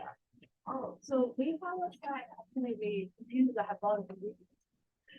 That's the important feature in the hyperbolic space to narrow the hierarchy property for each graph node. And we also compute other the recent faster coefficient. This one. These two are some other features, two features we use it for the classification downstream task. So you can compute, but the distance measured is different from Euclidean. I think I showed this one. This is a hyperbolic distance between you and me. It's different from Euclidean space distance. So basically, you consider the curvature key in this distance computation. Yeah. Yeah, but in the embedding process, actually, you have a map between the hyperbolic space and tangent space. But you map to tangent space and then map back to hyperbolic space. And there are also some recent paper, they totally don't use this projection, but it's fully hyperbolic. So every operation performed in the hyperbolic space throughout the neural network embedding process. It's very interesting. I can share the paper. Thank you. I try to understand. Let's say Mengjia one more time.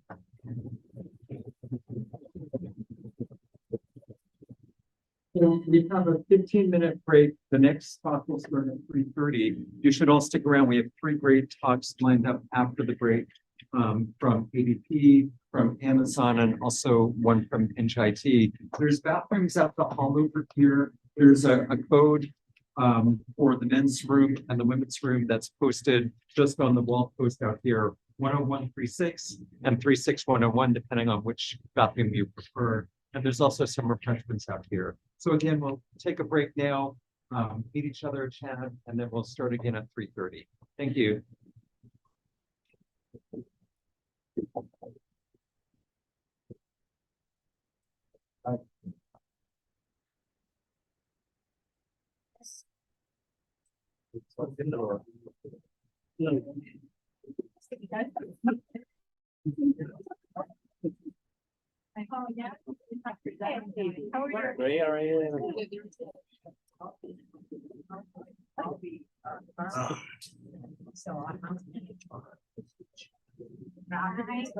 Harry, I remember. Yeah, I met you last year.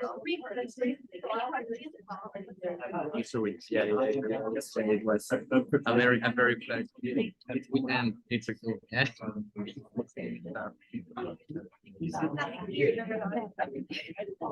Yeah. All right. Missouri, actually, I have a good friend and I have something as a real friend, but it's okay. And I bought a very cheap, like 2-3 months ago, like, yeah. And the thing it was like, okay, I can fly or not, but you can change, you can do anything.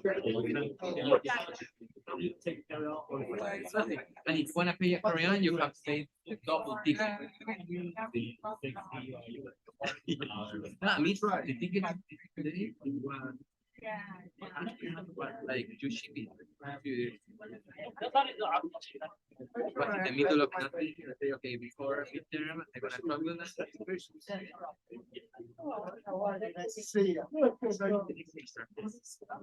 Unfortunately, I need my 30 ready. Yeah.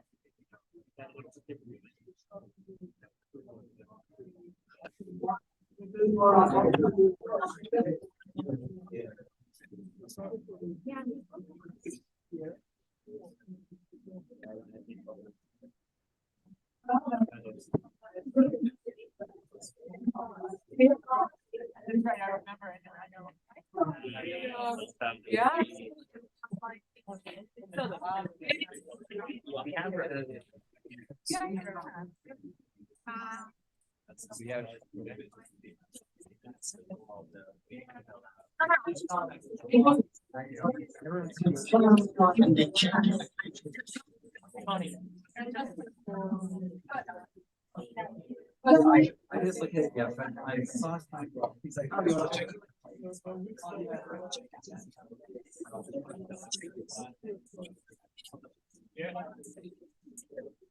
Maybe I made, no, I made. No, I know about that.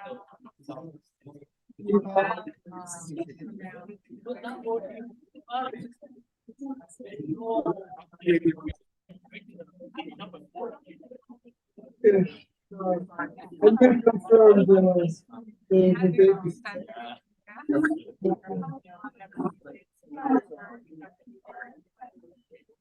Do it for half. Or just, yeah. So,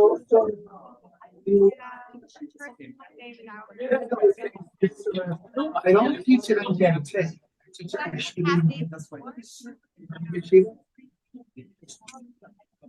So I've been doing that since 2008.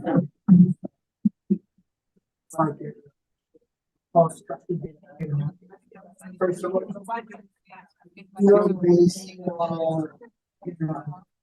database design, data warehousing, and then at the end we got that. Well, I think my focus was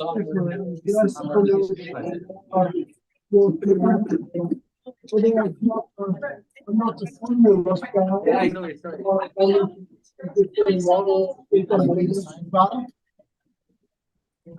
Okay, let's complete.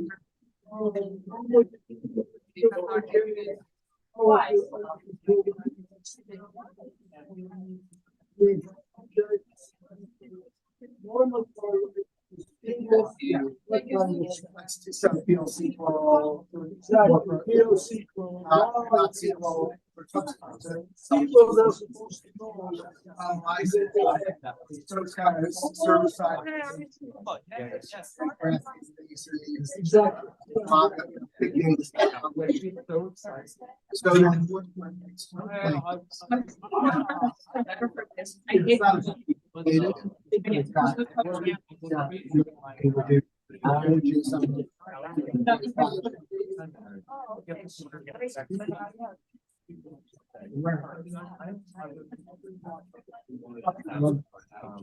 Yes, how are you doing? Yes, send me some pictures.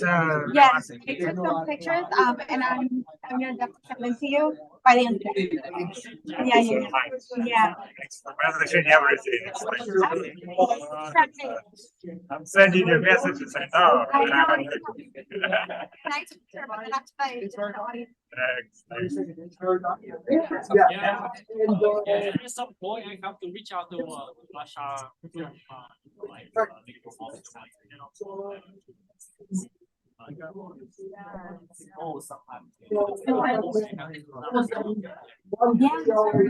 That was a problem.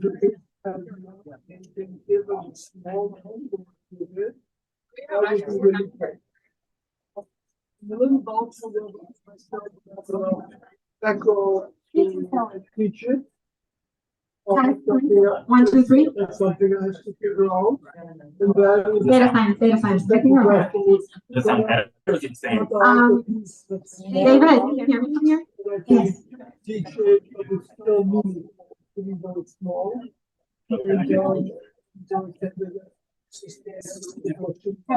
Yeah. Okay. Test. This one is, yeah, that one's fine. Hold on. Yeah, I think it's like about a second between each microphone. So we should probably let the speaker know. You know, it's not right. Oh. Thank you.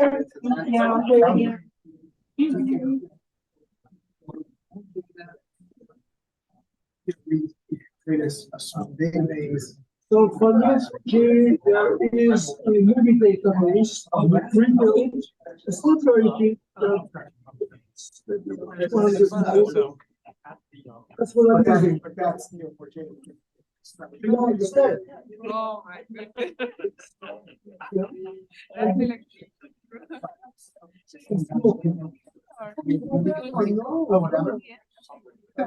Yeah. I'll there's a lot of ways we could go. We could use some more data that we brought in.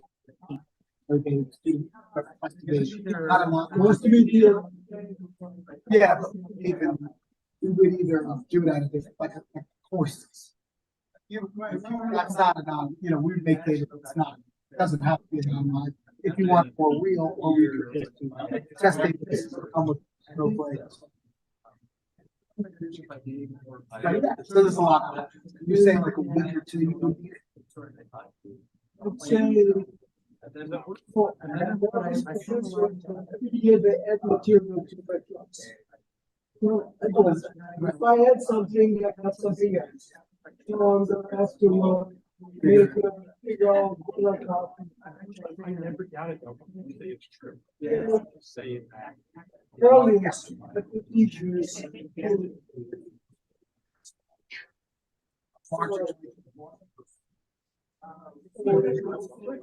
We need the theory and not the notion. The fundamental so next semester will be the beginning of the semester. After the middle of the semester. So that's not immediate growth.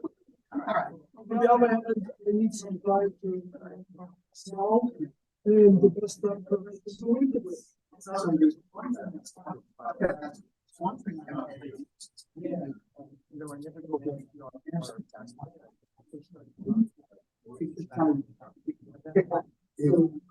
Someone shows up. lots of data, you could. Probably got there. Or let's say. Jackson Erez thing is true. Blair's Morris thing is true. And then 10 minutes later, 10 hours or 10 days later, they're like, oh, I didn't mean to do that. Literally around clear that select it. Oh, yeah. Comes back. It's kind of like, you can go to those more commission. Yeah, but the only reason why it's not. Without backup scores or anything like that. So it's like. It's interesting, but it's also scary. It's, why is it scary? Because sometimes you have something you want to system. Yeah, well, you could do that. Really. Even, what it is, it has like, doesn't care that it's whatever it was. You could say, anyway, it's kind of an interesting thing to show students. You're gonna drop this, so you want that. That's kind of one. And then I do a lot. I have road policies. the fact that nobody. Finding security. When you teach you university, how many weeks? One. What's no thing? It's actually. Okay, so and I don't even have to give them access. And then I take it away right at the end of the class. So I'm be able to do really directly what you're doing. Yeah. Yeah, so if you want, then it's not homework. It's tough to. Yeah.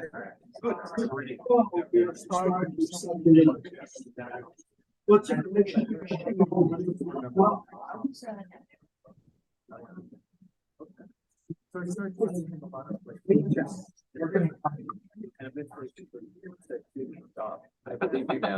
some of those things I showed, we did the same thing at interest. It's like Maersk and Erez. You know, they're very old. Very old school. They're not. You better get internet.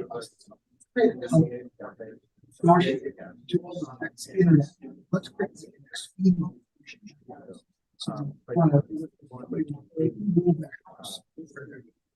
Hundreds of things instead of going. It's like expedient. Instead of going to carry like intra, and they said, "Oh, Maersk is doing this, Erez is doing this," and they were sponsored and they funded it all. So I joined that group. That's what I'm doing. Data. In fact, they bought Maersk. Not because we have so we could they could do reporting not just the department, but also everyone else. You know, we anonymized it. So they could, all right, you're here. You think you're doing great. Other companies here. So we did that. So that company. Yes, but it took like and I just wrote up like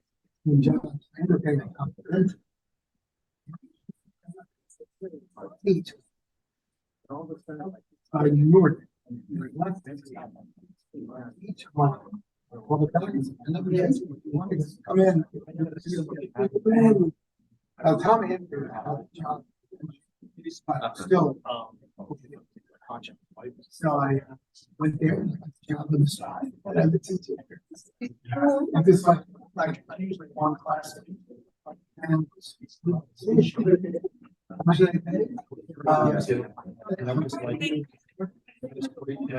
it's like it's better than yeah.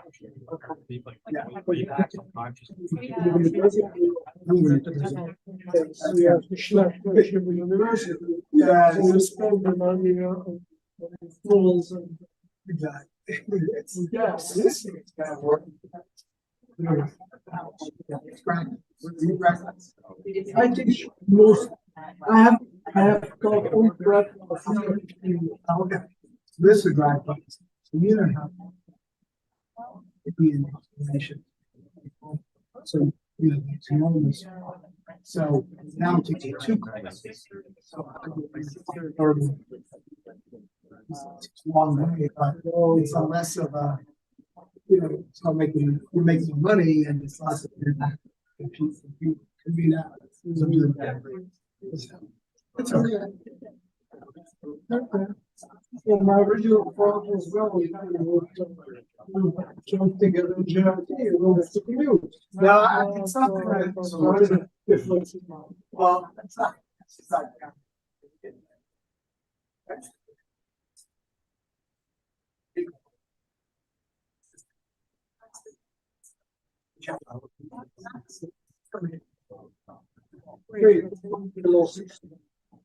I'm at the machine at 30. Oh,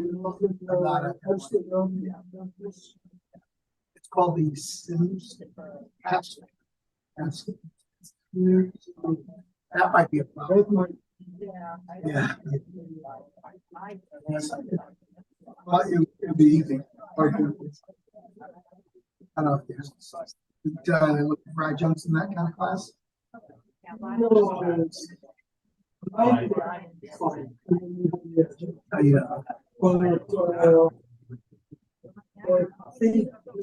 So interesting. Design a new course, and then you would be the logical personification, right? So I think it's one of the actually, if you're designing it in the discipline, it's designing the course. And it's a lot.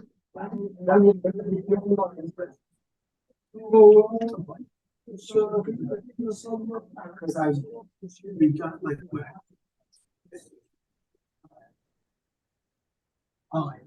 so they kind of usually, and then was good at a lot of video. That was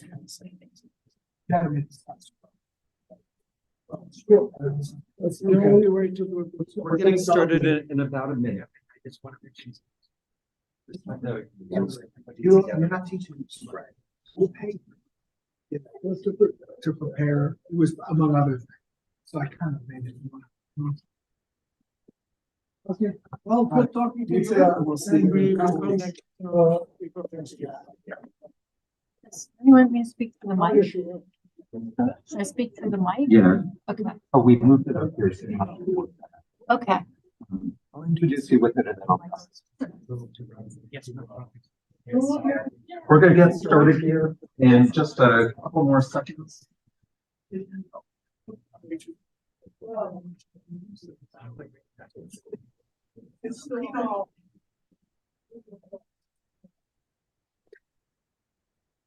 We're getting started.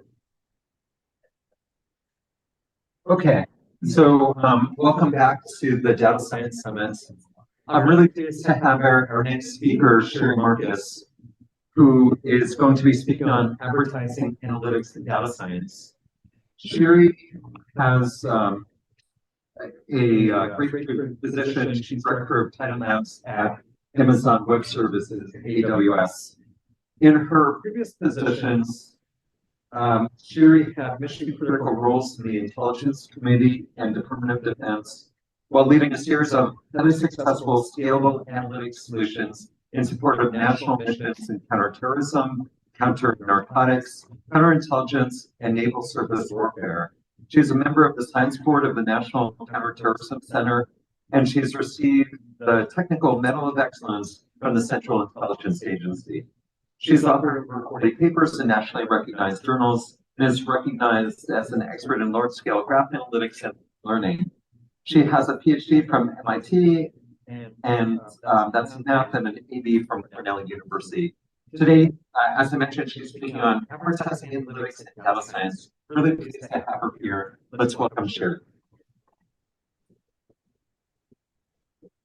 Thank you so much. So just to start, there was an error in the title, and I'm going to be speaking on generative AI, work that I'm doing in AWS. So in the last, since I was here last year, I moved from Amazon Ads into AWS.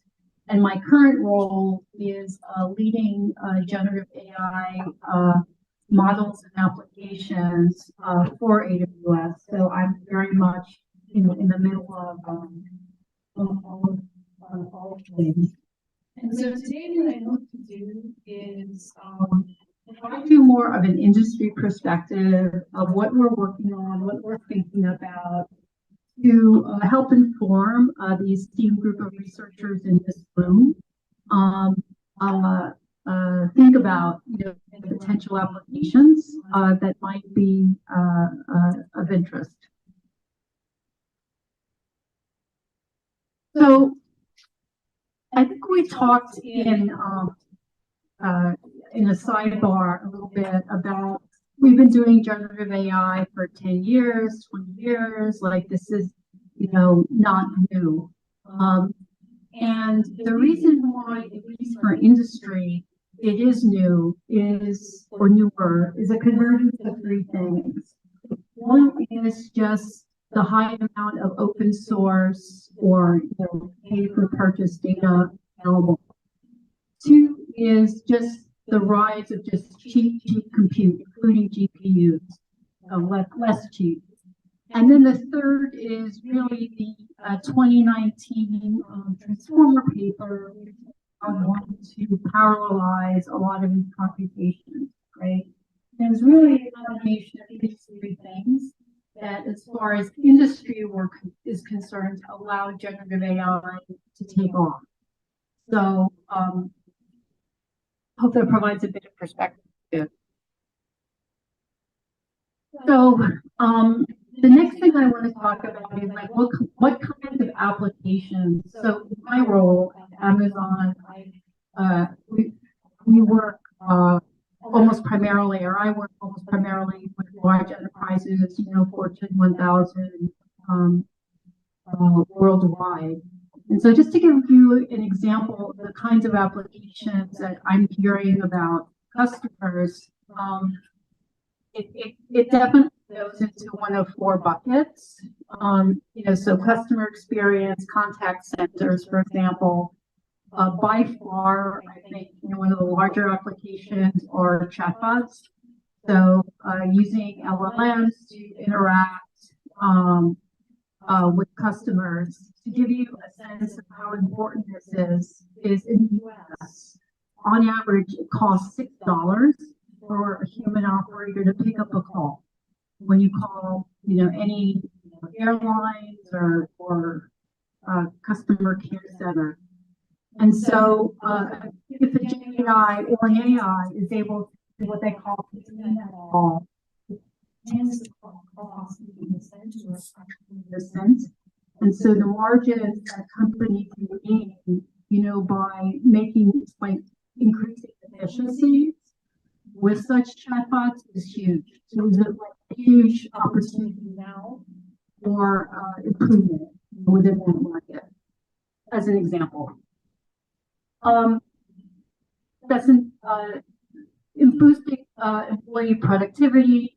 Code generation is probably the largest application. Amazon has its code whisperer products. Other companies have other applications, but the ability to just they say that the English language is the new coolest programming language. But the ability to just ask an LLM to generate a website for you or connect to one services, it really does accelerate the developer productivity. And we're going to see more and more in my opinion ahead. Communication and creativity, you already see this. I don't need to speak more about generating cool images. But last is improving business operations, and this is something it's kind of interesting.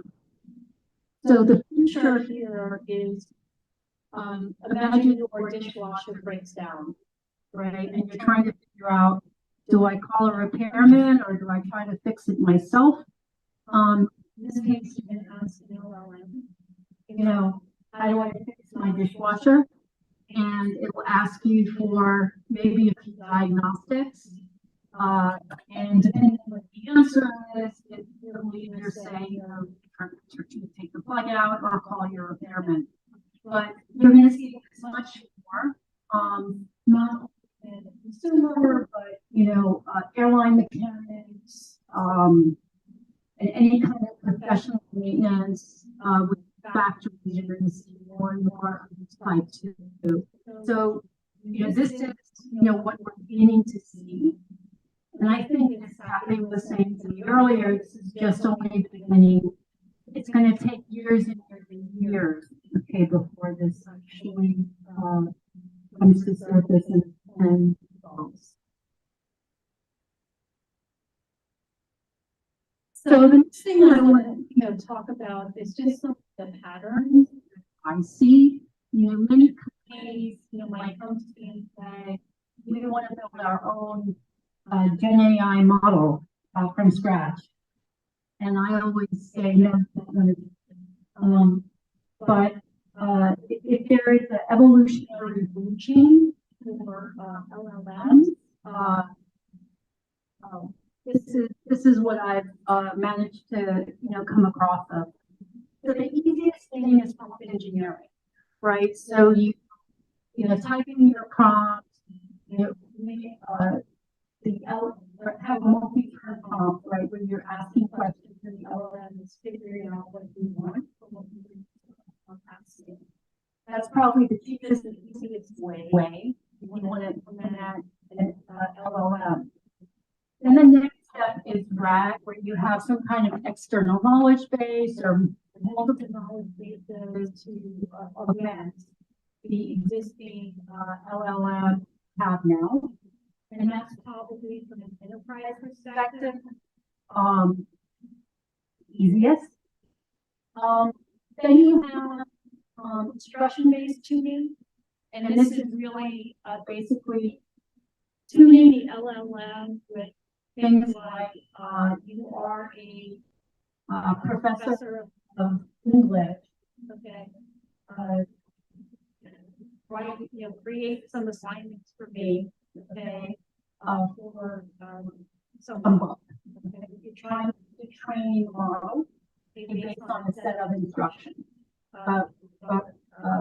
with the correct answers as well, count responses. Then you have fine tuning with domain data.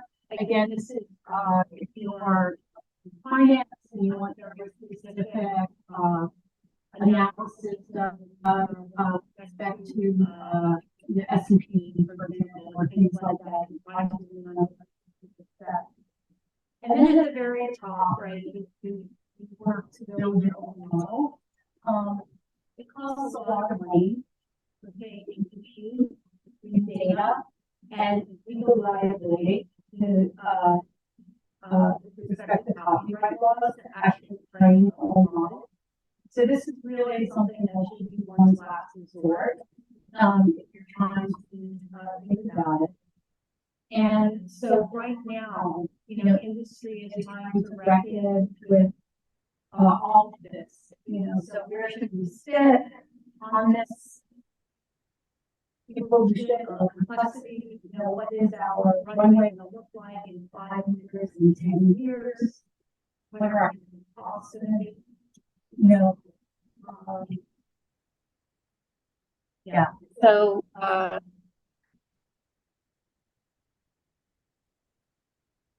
so the next point I want to make is that foundational models alone don't solve this industry problem.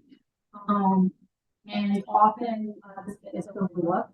So if I'm in an airline, you know, or you know, looking to automate my call center with Gen AI, putting in LLM there without any interconnectivity to the basics of the rework, you know, or their existing, you know,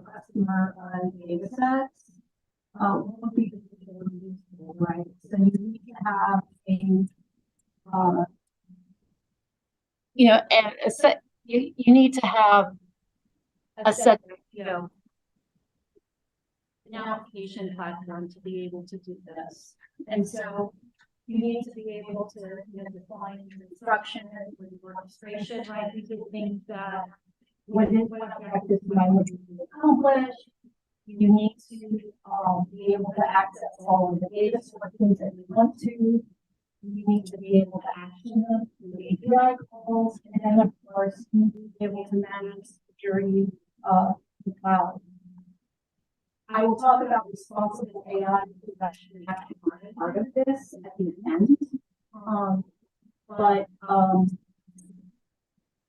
Responsible AI, you should think of as almost an umbrella of all of this, because in many ways it touches things. It touches how you think about your application as a whole. But the key point I want to take away from this slide is that foundational models are they're fun, they're interesting, but they're not enterprise grade unless you put them in this kind of platform and framework.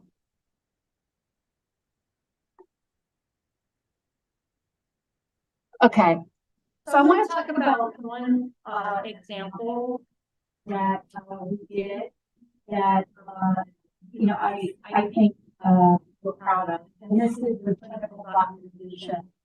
So right now, clinicians spend quite too much time, doing paperwork, than they actually spend time with their patients. And when I heard that statistic, I thought it was low.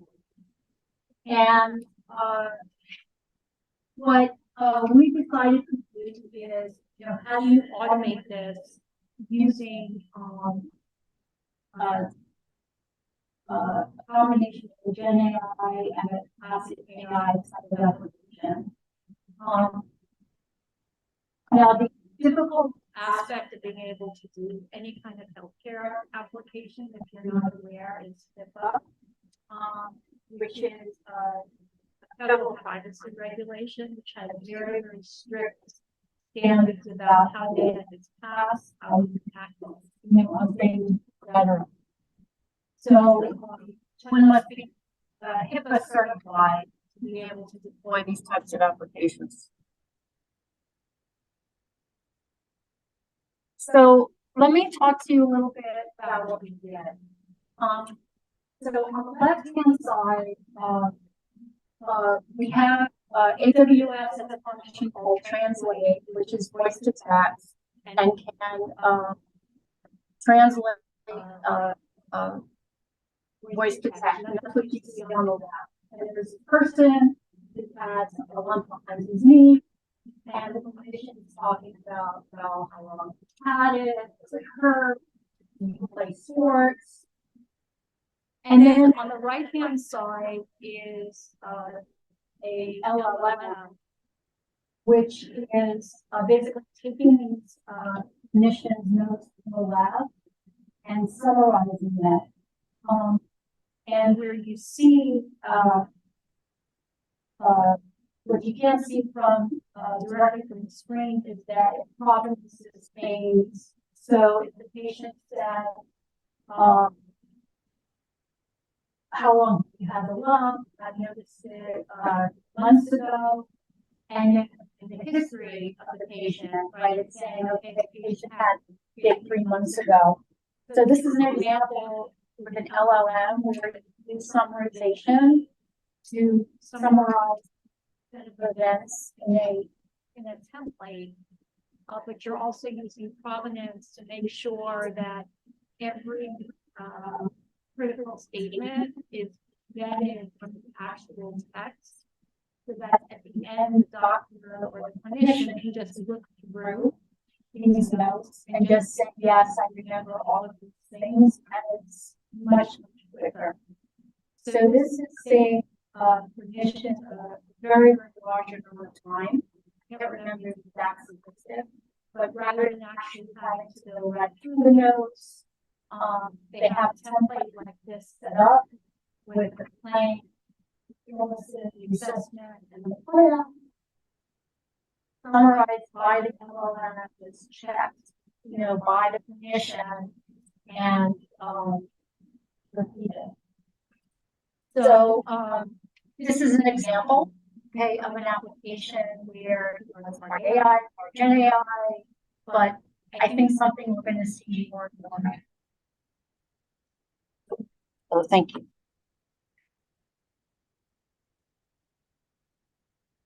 So I want to talk a bit about responsible AI. And I want to talk about how we see it in industry. I know that there's a lot of academic work written on it. But the first is, but this is, essentially how we AWS think about it. First is fairness. So, you can have an LLM. There's a lot of academic studies that say how do you the word completion. He is, smart, and she is, associated with women. So this is that's the fairness. Explainability is really model transparency, really understanding how the model is getting the answer. Well, it's not model transparency. It's going through the logical arguments about how a model can reason through an answer. The third is robustness. So mechanisms to ensure that if you give the model similar prompts, it will answer in a similar way. Privacy, security, governance, making sure again that folks have access to the right levels of the system and transparency. So the users of the model understand the model parameters and definitions. So I arguably, as we move on with regulations, responsible AI is going to become more and more embedded within development and within training and within the whole life cycle of just AI applications as things go forward. And that again is something that we're just very much at the beginning of.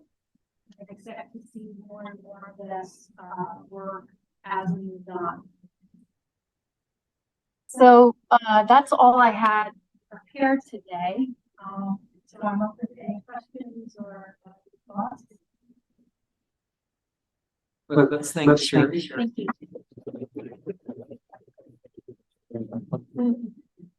Thank you. I talked loud.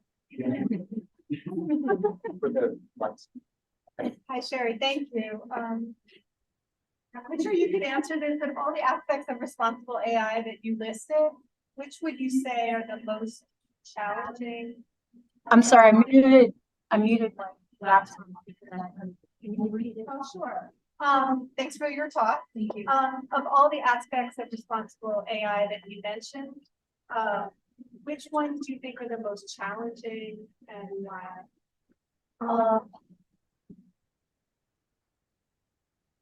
I'm going to answer that in two ways. I think the first is just the regulations, right? And really trying to understand and interpret and try to forecast the different kinds of regulations that are coming out. I think that's just difficult. I think government is trying to figure it out as well. In terms of what's the most difficult, I would say privacy is arguably the most difficult.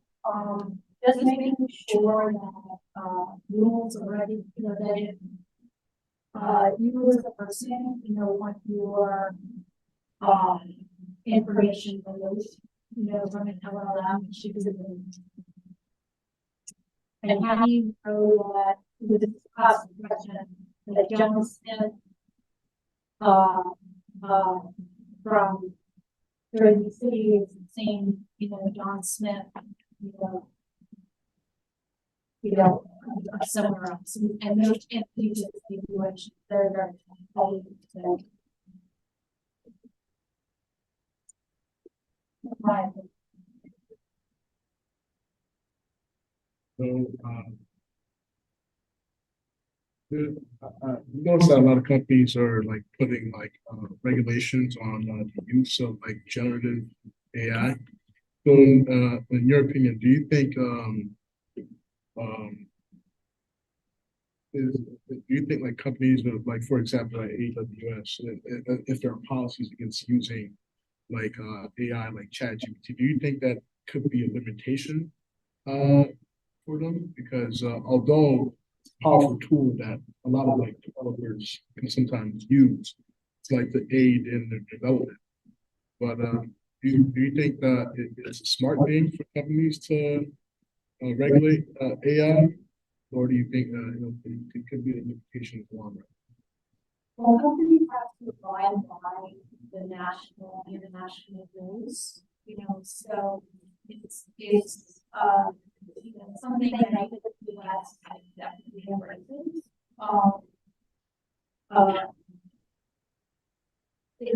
The limitation, we have limitations on being able to drive faster than 55 miles an hour. That limitation on the car.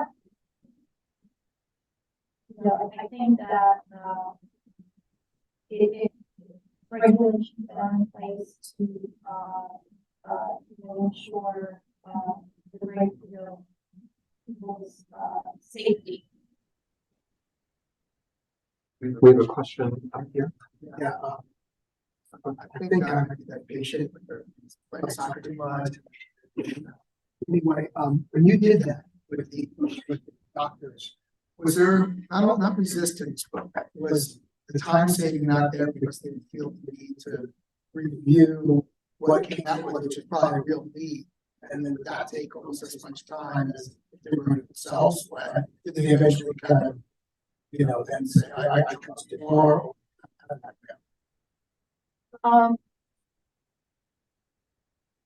I think that so one, I have to go back. Thank you.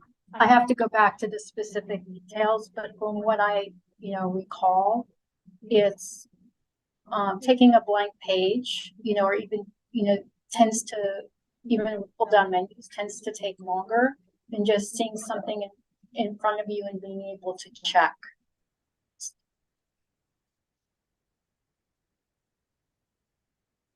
You mentioned in chat. I know that there is a problem with accents in the United States. There are so many different accents, and they don't seem to, voice recognition doesn't seem to be handled well. What is the answer? I agree. I think that, as I recall, there are over 1,000 or more different dialects of just English, and that's something that we continue to work on and train on. But yes, no question. I think we have time for one more question. Okay, he's here.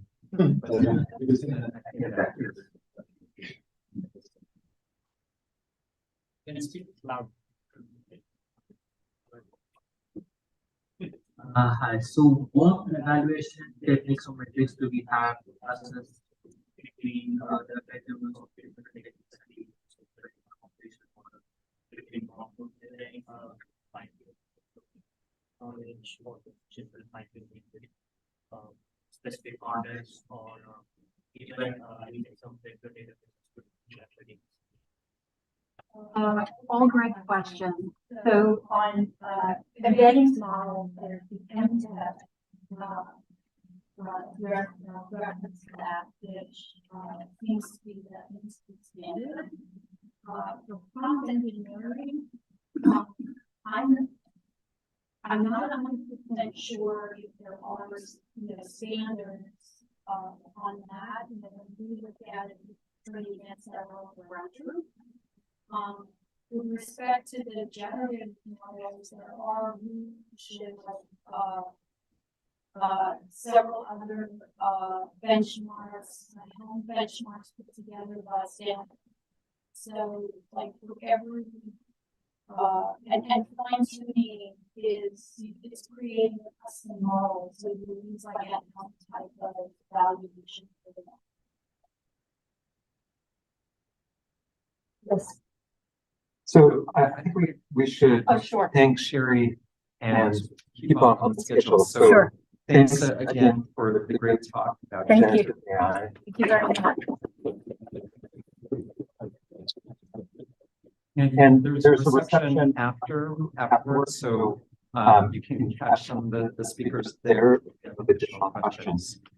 I'm very pleased to introduce our next speaker, setting up Mengnan, who is also an assistant professor in data science here at NJIT.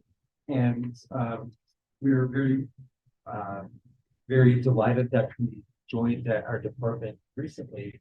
He did his PhD in computer science at Texas A&M University. He has a lot of industrial experience, including working or interning at Microsoft Research, Adobe Research, Intel, Baidu Research Science, and JD Explorer Academy. His research interests are in the area of trustworthy machine learning, very important topic, with a particular emphasis on explainability, fairness, and robustness. So he's going to be talking today about towards trustworthy and reliable large language models.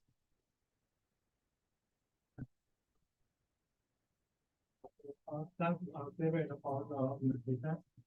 So, good afternoon, everyone. Thank you. Today, I want to talk about the topic for trustworthy and reliable learning models. So now this learning models like GPT will significantly change the way we interact with technology. And these models have opened up some new possibilities for a diversity of data science sectors like finance, healthcare, and education and beyond.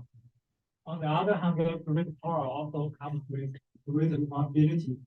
And last week, I mentioned to make the LLMs be responsible. So in this talk, I will introduce some specific solutions we have proposed to make these LLMs be responsible. So LLMs are originally designed to address the RP problem. So let's look at this picture. So we have more than hundreds of RP applications. For each application, we have more than dozens of datasets. So in total, we could have more than 1,000 tasks. The predictive wisdom is to train a particular model for each of these datasets and tasks. However, there are better ways to do this. So LLM is a solution which can be used to address all these RP applications. So what are LLMs? LLMs are a stack of transformer blocks. So transformer was originally developed, proposed in 2017 in this paper. It was proposed to address the machine translation problem. But later, the community found that these transformer blocks can be used to extract the models, which could be used to address all these RP problems. So starting from the transformers, we are stepping into the era of learning models. So let's look at this timeline and the landscape of learning models. There are some important milestones. So, for example, in 2019 to 2020, so we have 53 by OpenAI, and also it has significantly improved the model size and probability. Another important milestone in 2019 is P5 by Google. And starting from 2021, we have seen more advanced learning models, which have improved the model size and the capability. Some popular models like Codex and Zero. And then go to the year of 2022, is another important year. And at the end of this year, during the November and December of 2022, OpenAI has released the ChatGPT. And then go to the year of this year, 2023, we have more advanced LLMs like 54 by OpenAI, and also Llama 2 by Meta, and also Bard by Google, and also Cloud by Anthropic. So we have seen that there are scaling laws for these large models. The first scaling law is for the model parameter. So until the beginning of large model at the year of 2018, so the model size is at the median level. Then go to 2020, we have the median level model, and then go to 2021, we have the median level model. Another scaling factor is for the model training data.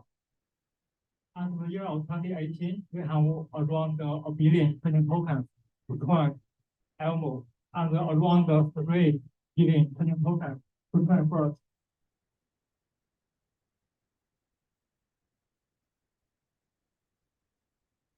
And then go to the year of 2020, when training GPT-3. So we need to use around 200 billion training tokens. And then go to 2022, in order to train another big model, Chintila, we need to have use more than 1 trillion tokens. So the third trillion factor is the computer resources. So if we look at this figure, the x-axis is different model we have. The y-axis is the training GPU days we need to train model. And we need to note that the y-axis is in the log space. So we can see that the training resources will increase exponentially. So as the scaling for these large models, so we have these powerful models that can ChatGPT, most specifically 54. But on the other hand, these models could also be problematic. For example, they could generate some toxic contents. For example, they can answer a question like how to make a bomb.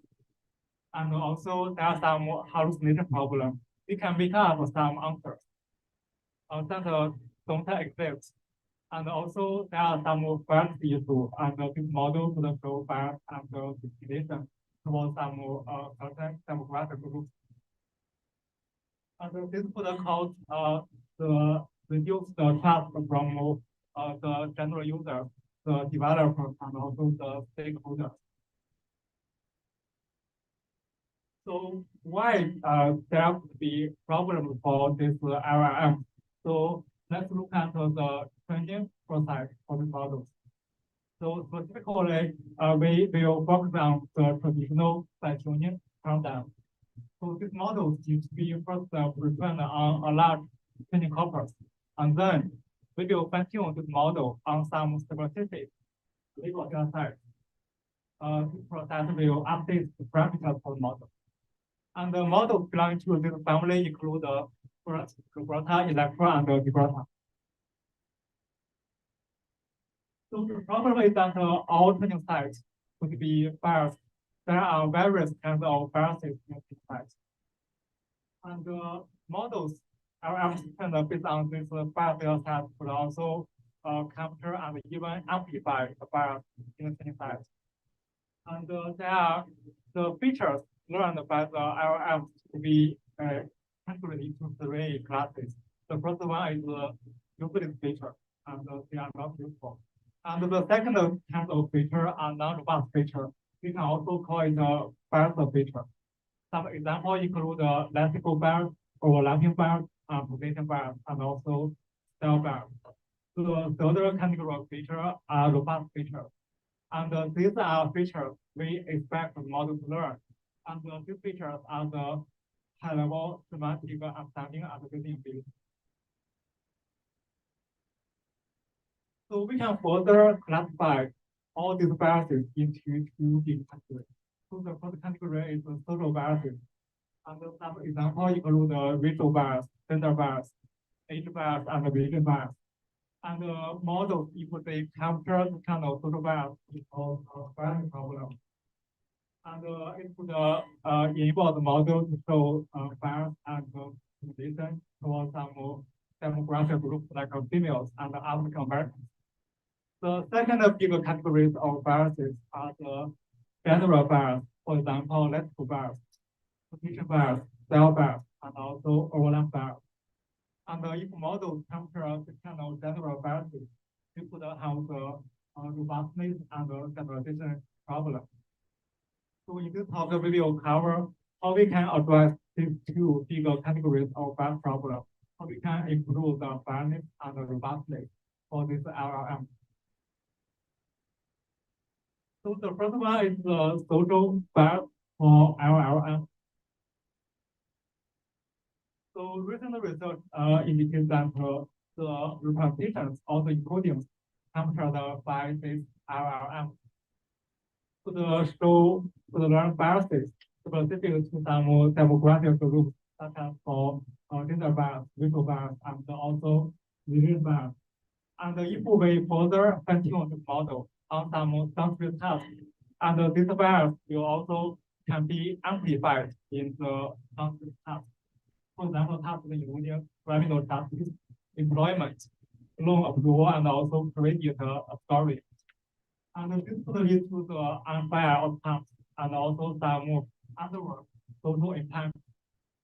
So, for example, for the gender bias, the research shows that for reference resolution problem would have gender bias towards females, and also for YouTube's auto company could also show bias towards females.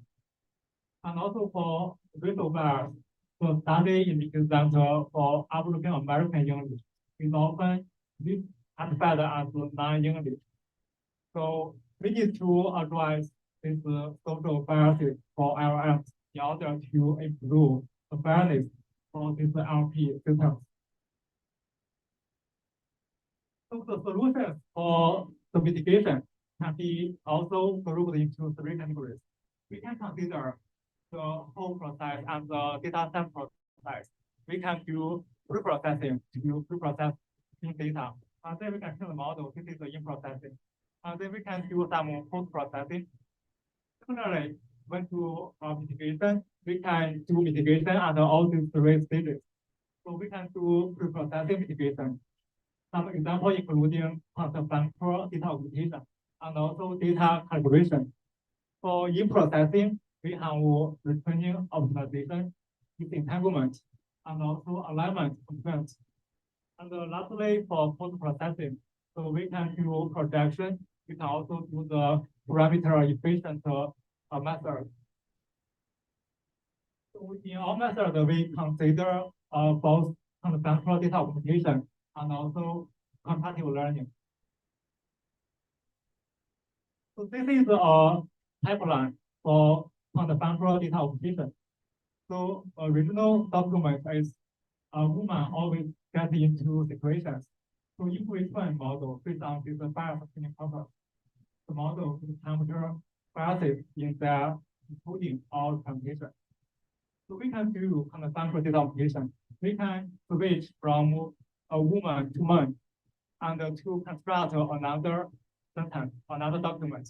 And then based on this document pairs, we can fine-tune the model using comparative learning. And in this loss function, we consider two parts, the constant severity and also another loss function. So the advantage for this conceptual augmentation is that it can effectively mitigate the social biases between different demographic groups by narrowing down the distance between the document pairs.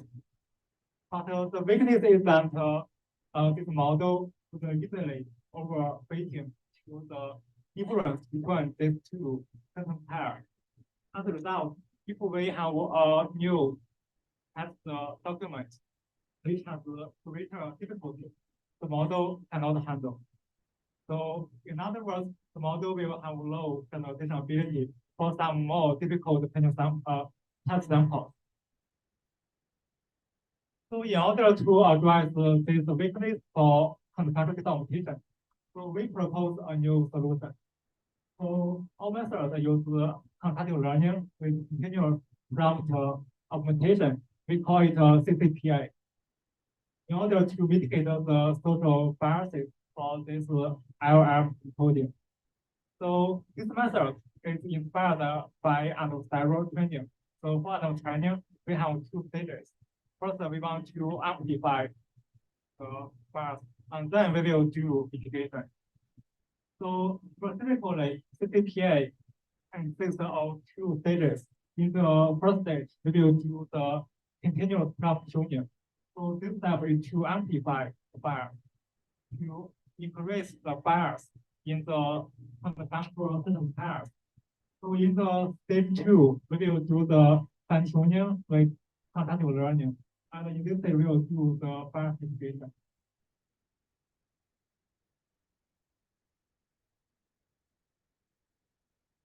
So for stage 1, so this is a pipeline for our proposed method in stage 1.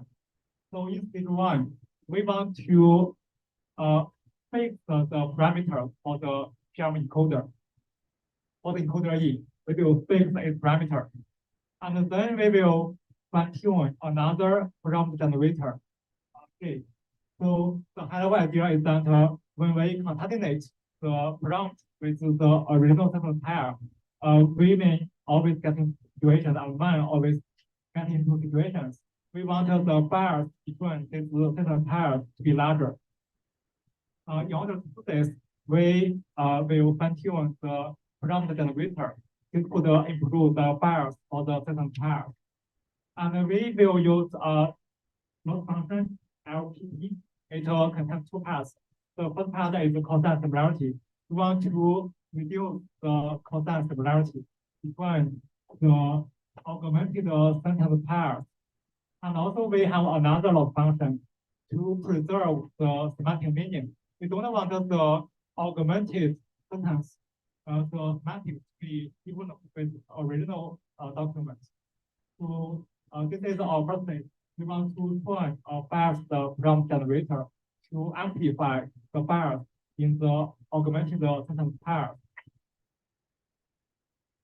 So based on the trained prompt generator J, so in the second stage, we can do fine-tuning the PRM encoder E with concatenative learning. And in this stage, we will fix the parameters for the prompt generator J, and we will only fine-tune the parameters for the PRM encoder E. And the high-level idea that we will use two loss functions. And the first one is concatenative learning. We want the model to give a similar representation for this two biased sentence pair in order to let the model to ignore the sensor information from the sentence. And the second part is MLM. This is a mask language modeling. We want to mask some tokens in the document. For example, in the first document, we will mask into. In the second document, we will mask always. So we will do mask language modeling, and this loss will enable the PRM to preserve its semantic encoding ability. So for the first part, we want the model to debiasing, and for the second part of the loss, we want to preserve the semantic encoding ability. This is our two-stage method to debiasing the PRM coding. So we compare the debiasing performance for the proposed method with a series of baselines. And we use a metric called state, sentence encoder association test state. So the idea is to evaluate the association between different sensitive attributes, demographic, and target concept.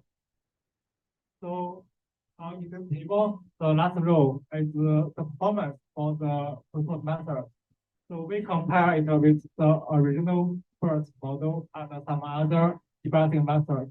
So we can see in the last row, the last column, our proposed method CCPA achieves the lowest state performance.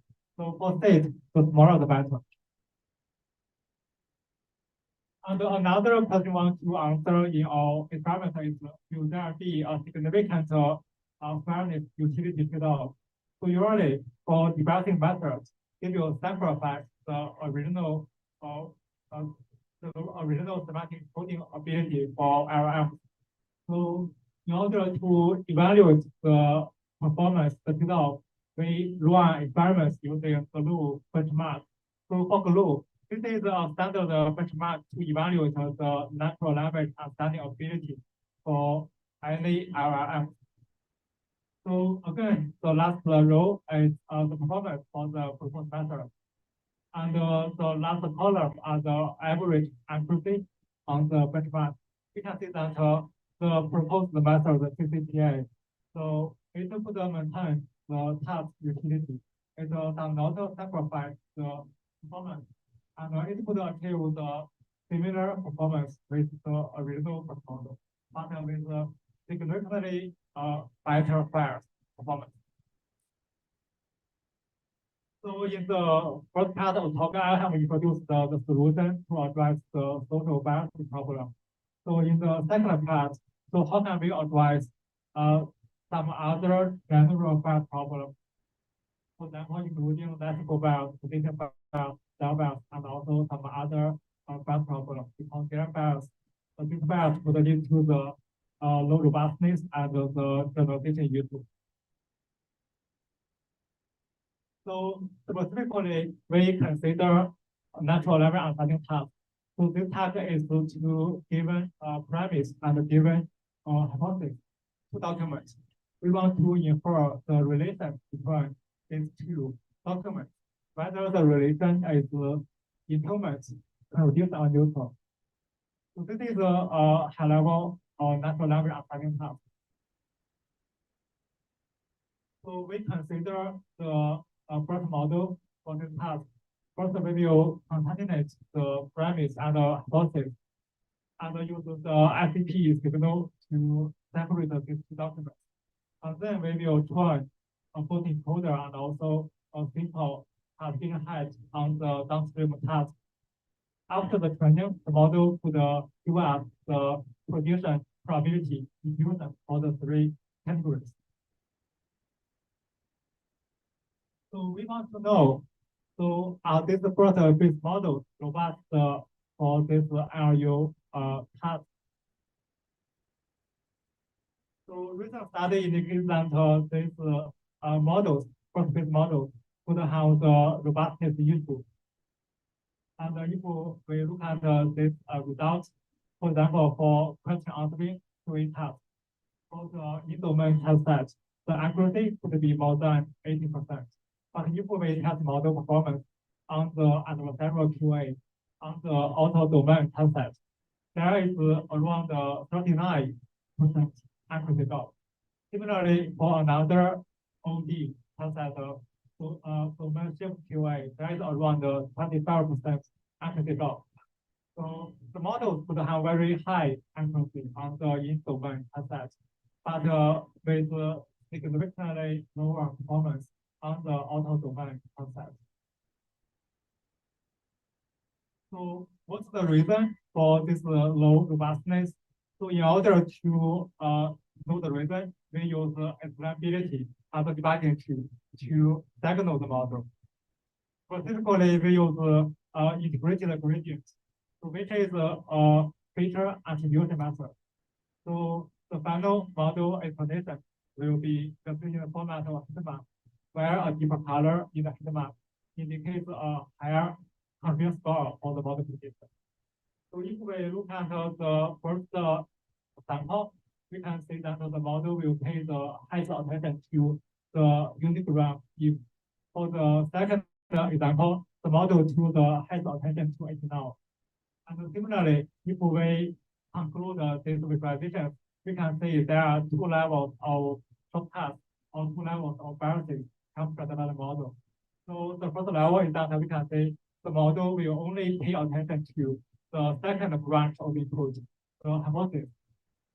The second level of biases is that if we only consider the second branch, the model will only look at some specific unigram and background. It means that the model captures the spurious correlation. Find this simple unigram background with a certain class label. So as a result, this model would have significant performance drop on the OD data. So after observing this phenomenon, so how can we further explain this phenomenon? So in order to explain this fast learning phenomenon, so we propose to use the long-tail diffusion hypothesis to explain fast learning phenomenon. So we can model the training set, any training set, into a long-tail diffusion. So for the long-tail diffusion, the height of the diffusion contains some subset of fast features, including subwords, numbers, and also embedding words. For example, include the unigram features like Q, A, in, and A, so, and also some background such as will not come out. So these features in the head of the diffusion, so they are highly correlated with the task labels, but they have very low information entropy. So they are not robust features. They are best features. The model highly rely on these best features properties. So in order to evaluate the hypothesis, so we compare the data set statistics with the model behavior. So for data set statistics, we consider the long-tail diffusion. So for the model behavior, we consider the explanation for the subset. So we want to evaluate whether the tokens with the highest attention by the model, whether they belong to the height of the diffusion. So if we only consider the top one token, it means that the token with the highest attention by the model, we can see that there are around 25% of test samples. And their top one token belongs to the height of the long-tail diffusion. Here for the height, we consider the top 5% of tokens. If we relax the condition to top 2 tokens, the ratio will increase to 51%. And still, if we relax the condition to top 3 tokens, the ratio will increase to around 56%. So we can see that this cross-fit model has a high preference for the information belonging to the height of the long-tail diffusion. As a result, the model does not capture the high-level semantic understanding ability. So this is the reason why this model will have low robustness and generalization ability.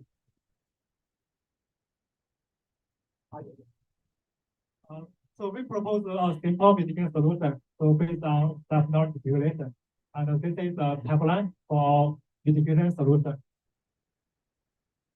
And we compare the performance, mapping performance with some other components. So last row is the performance of the proposed method. So we can see that our proposed method could improve the performance on the OD content. We will not sacrifice the performance on the in-domain content. So this is the explainability analysis after mitigation. The first row is the performance before the mitigation, the vanilla model. The second row is the performance after mitigation. So we can see that the model, even using our proposed method, could pay attention to both the premise and the hypothesis. We can use the similarity between these two branch of improved properties. So to summarize, in this talk, I will introduce how we can propose specific solutions to address the fairness and robustness issue for LLMs. So for fairness, we propose the CCTA to mitigate the social biases in LLM encoding. For general bias, we explain the reason for the fast learning behavior using the long-tail diffusion. We have also proposed the mitigation solution to improve the robustness. So for future research, we can combine more human knowledge into different stage of the LLM pipeline. For example, we can combine more industrial bias into the architecture. We can also include more knowledge into the model training process using both the pre-training and fine-tuning. And lastly, we can curate more challenging evaluation test sets in order to evaluate the performance of the model. So that's pretty much about the talk, and I'm happy to take any questions.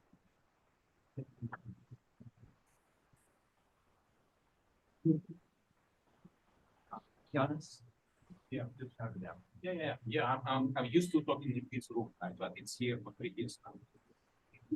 Okay, so here's a question, right? So like your work requires you to know which bias to report, right? So for example, race, sex, right? If it's something general, like because maybe that there are biases in the algorithms that we do not know and we don't recognize. How do we deal? This is a great question. So this problem happens in many applications. For example, in healthcare, in medical applications, we really don't know the bias in one site. And how can we detect and also locate the bias in this site? It is an open problem. We still need to do more research to address the problem.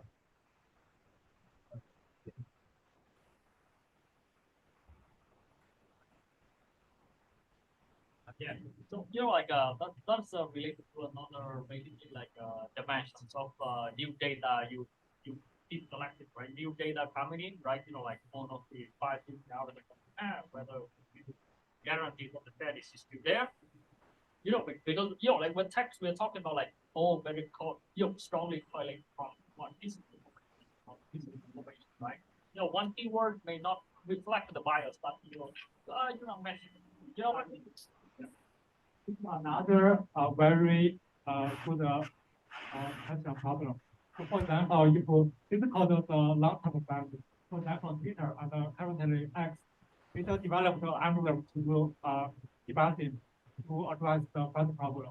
And they have deployed the model on their platform. But later, as new data come in, for example, 5 years later, this model cannot work as longer. This could be data problem. And we need to consider the long-term fairness into our algorithm design. And this is also currently a hot topic on the long-term fairness problem. So let's thank Mengnan again.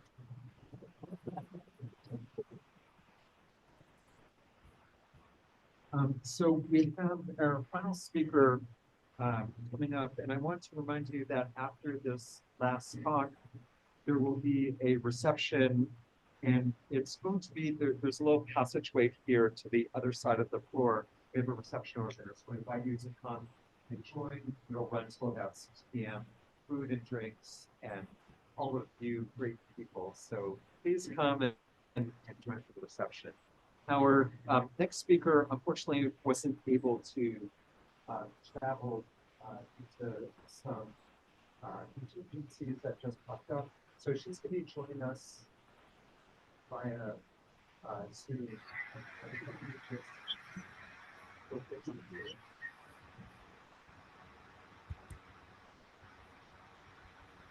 Can you guys see my screen?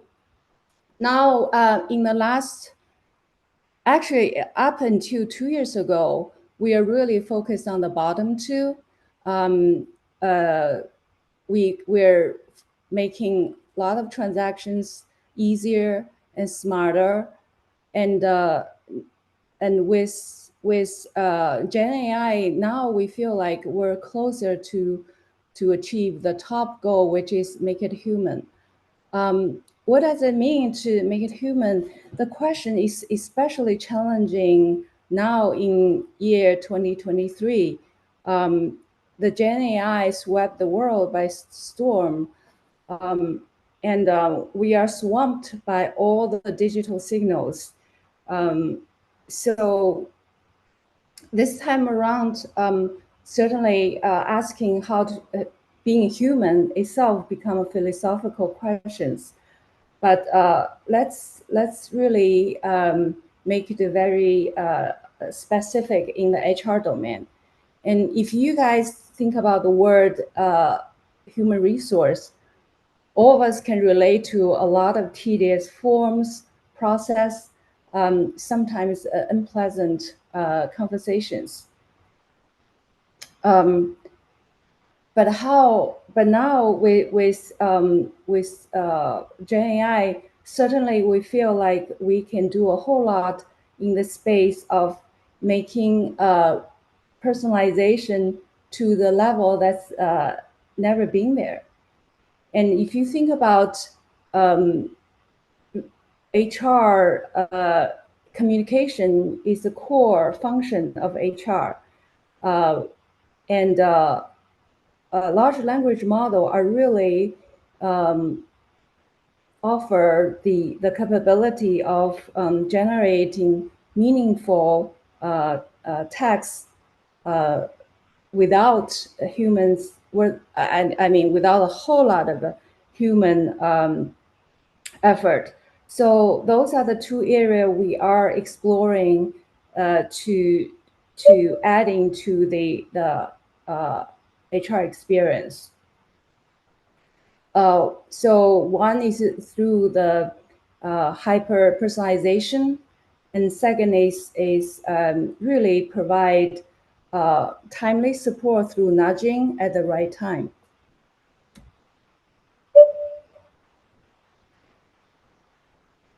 Which slide? The next slide 4.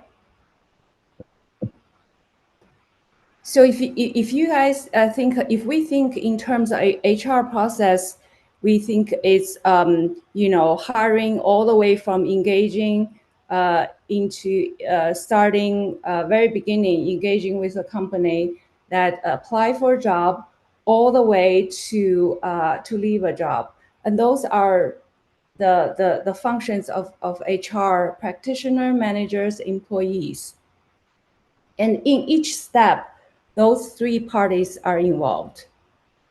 And the traditionally, all those are separate process. Slides 5.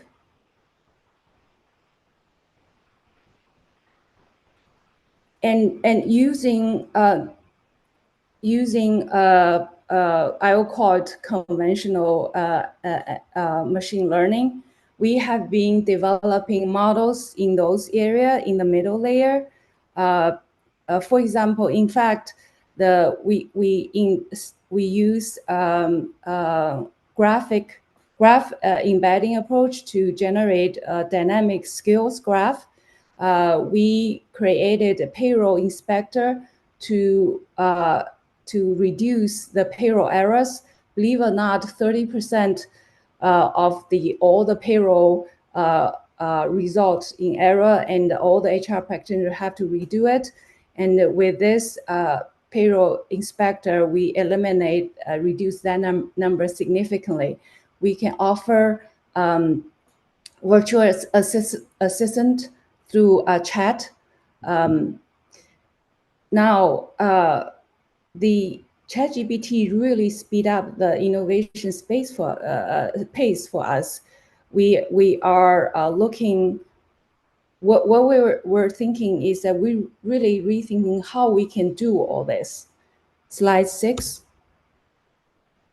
So instead, we are looking the whole process from sort of process point of view.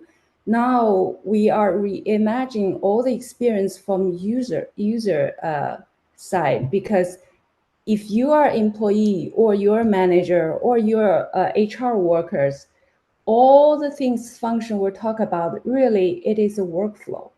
It is a workflow based on at any given moment. Are you the person, are you a manager, or you are a new hire, or you are a HR person trying to do your job? And we decompose all those cycles into workflow.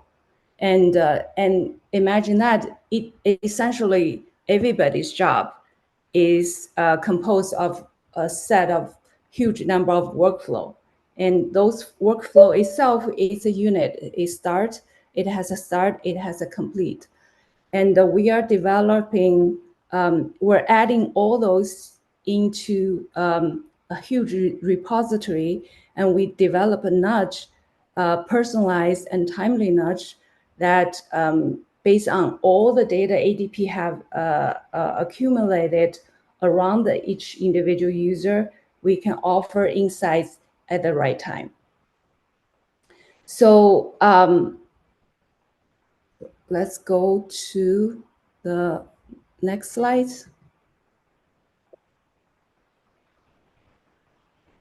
And the ADP Assist, it's the other side of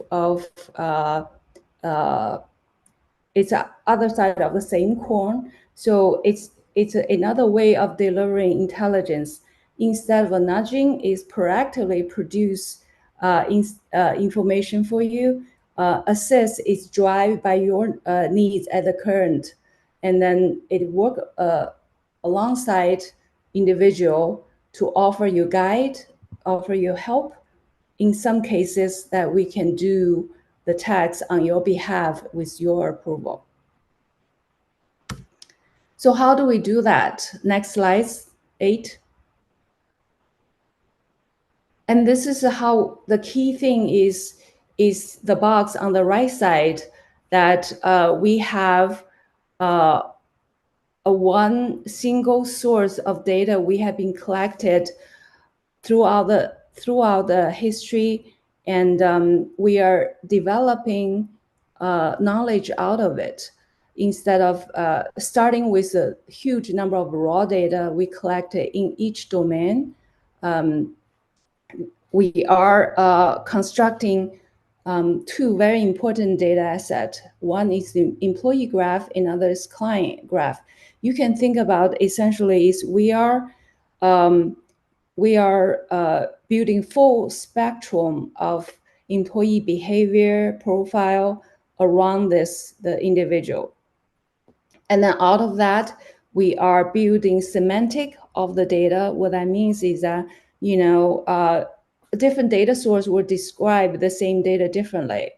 We will have to map all those data to the same thing, so that when we perform intelligent analysis on that, we can do it for one user, and then we can propagate that that intelligence to all the application this user use. And we also build HCM ontology and knowledge graph to capture the HCM specific knowledge and our SME subject matter expertise, best practice in those graph, and all the workflow I mentioned, whether it's new hire onboarding process, whether it's a recognition process, whether it's a benefit enrollment process, we actually all capture those workflow information in this huge database, if you will. And then we developed two very important capability. One is nudge engine, where we store nudges and the template feedback and the triggering event, and then we drive those send those nudges back to the workflow, which can be any application, employee-facing application, or it can be the specific application developed for executives, managers, or HR practitioner.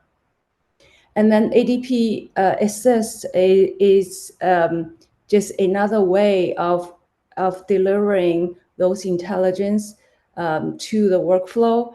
It is when the user initiates certain task and asks for help, and that's where the ADP Assist comes in. Next. I'm going to skip those two examples. But actually, let me just show slide 9 quickly. One example I want to show what's the personalization is that, you know, right now, let's say if there's a 100 applicant for a job and only 3 person get selected, those 3 person get the interview and they get the offer letter. The rest of the 97, they don't get anything. And here we can actually make it really personalized, even send a note to candidate that not being selected for interview. We can offer them, recommend the other jobs that fits their experience, and then we can recommend the training that will enhance the skills for the job they apply. And we can also provide deeper information related to the jobs and the company they're applying for. So all those make it more human, and that even though there's no continued engagement with this current job, the candidate can feel he's not being ignored. I'm going to skip slides 10. Let's jump right into slides 11. So one thing I want to highlight is we're developing one thing called HCM Write Assist. And I just want to highlight, you see how we're using the Gen AI for the workflow I mentioned earlier. And then each workflow, depending on who initiated, whether it's a manager or whether it's a HR practitioner, there's a different tone requirement. And different managers in different domain, let's say a sales manager and engineering manager, obviously they have different communication style. And we want to capture all that and then feed into this Write Assist, which it will take consideration of the context that the current Write Assist is invoked, and then also combine the individual client, this person, which company he's working for, and what's his role and which part of workflow he's at. What's the best practice this company has regarding this workflow? And we will generate a customized prompt and feed into the model. And then we will also create a response evaluation and selection, validation selection. That's where we actually build in the protection to make sure that the answer is accurate, the answer is not biased, and it doesn't contain any I would say undesired content. So we measure regardless what technology we use, we measure pretty consistently. One is we have obviously technical metrics. We also have business metrics. There's one thing that we add, two things we add is the one that productivity and positive emotions. And you probably ask how we're going to do that. We're adding, injecting the survey into the workflow, and that survey is also generated by model, but approved by the managers or HR. I will share the one big thing is what we realized that suddenly with Gen AI this year, our activity, sort of especially machine learning team activity changed a whole lot. And used to be, we're very much focused on the model development. Now we still need training data, but now we really spend a significant amount of time to design prompt. And we also need get a lot of HR domain expert to do the validation for us. And we ourselves also are spending a lot of time to build how we can automate the validation, how we can automate the evaluation. Also, our cycle becomes a lot more shorter. Used to be at least 6 months to develop new models. Now it's essentially we spend 1 quarter to develop a solution, and then another quarter validation and deploy after that. Certainly, we also spend a lot of time building the user feedback and tuning. So I want to share, we also spend a lot of resource on the research, and those are the area that we are working on this year.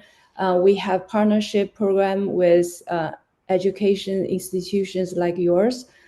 This year we have worked with Georgia Tech, and in terms of in those 3 areas, and we already have 1 paper submitted and then 2 in the development. So I'm sorry for all the hiccups. Any questions? And sorry, I rushed through this. Hopefully, at least you guys get some perspective. We've been questions. What's the actual technology? So, Xiaojing, there's a question about what is the actual database technology in the knowledge graph? Is it a graph database or some other technology? Yeah, so I can answer that. My company doesn't allow me to list the product on these slides. So our database, our data platform foundation is AWS and the Databricks. And we are using Neptune. We're using AWS service as much as possible. It's just it's so easy to use and it's convenient, and we also got a lot of support. Thank you. Just want to add one thing. However, for the Gen AI models, large language models, we started with ChatGPT 3.5 and 4, but we're also looking at Anthropic and AWS Bedrock right now, just because they are very fast to provide a platform easier for us to use. So let's thank Xiaojing. Thank you guys for your patience. Sorry about the hiccup. Thank you. So this concludes the Data Science Summit. I'm glad that you all attended. We have a reception. Now it's going to be down. There's a hallway over here to the other side of the floor. I hope you can all join us for some food and some drink and meet each other. So again, thank you for attending today, and I hope you stay engaged with our Institute for Data Science. Thank you.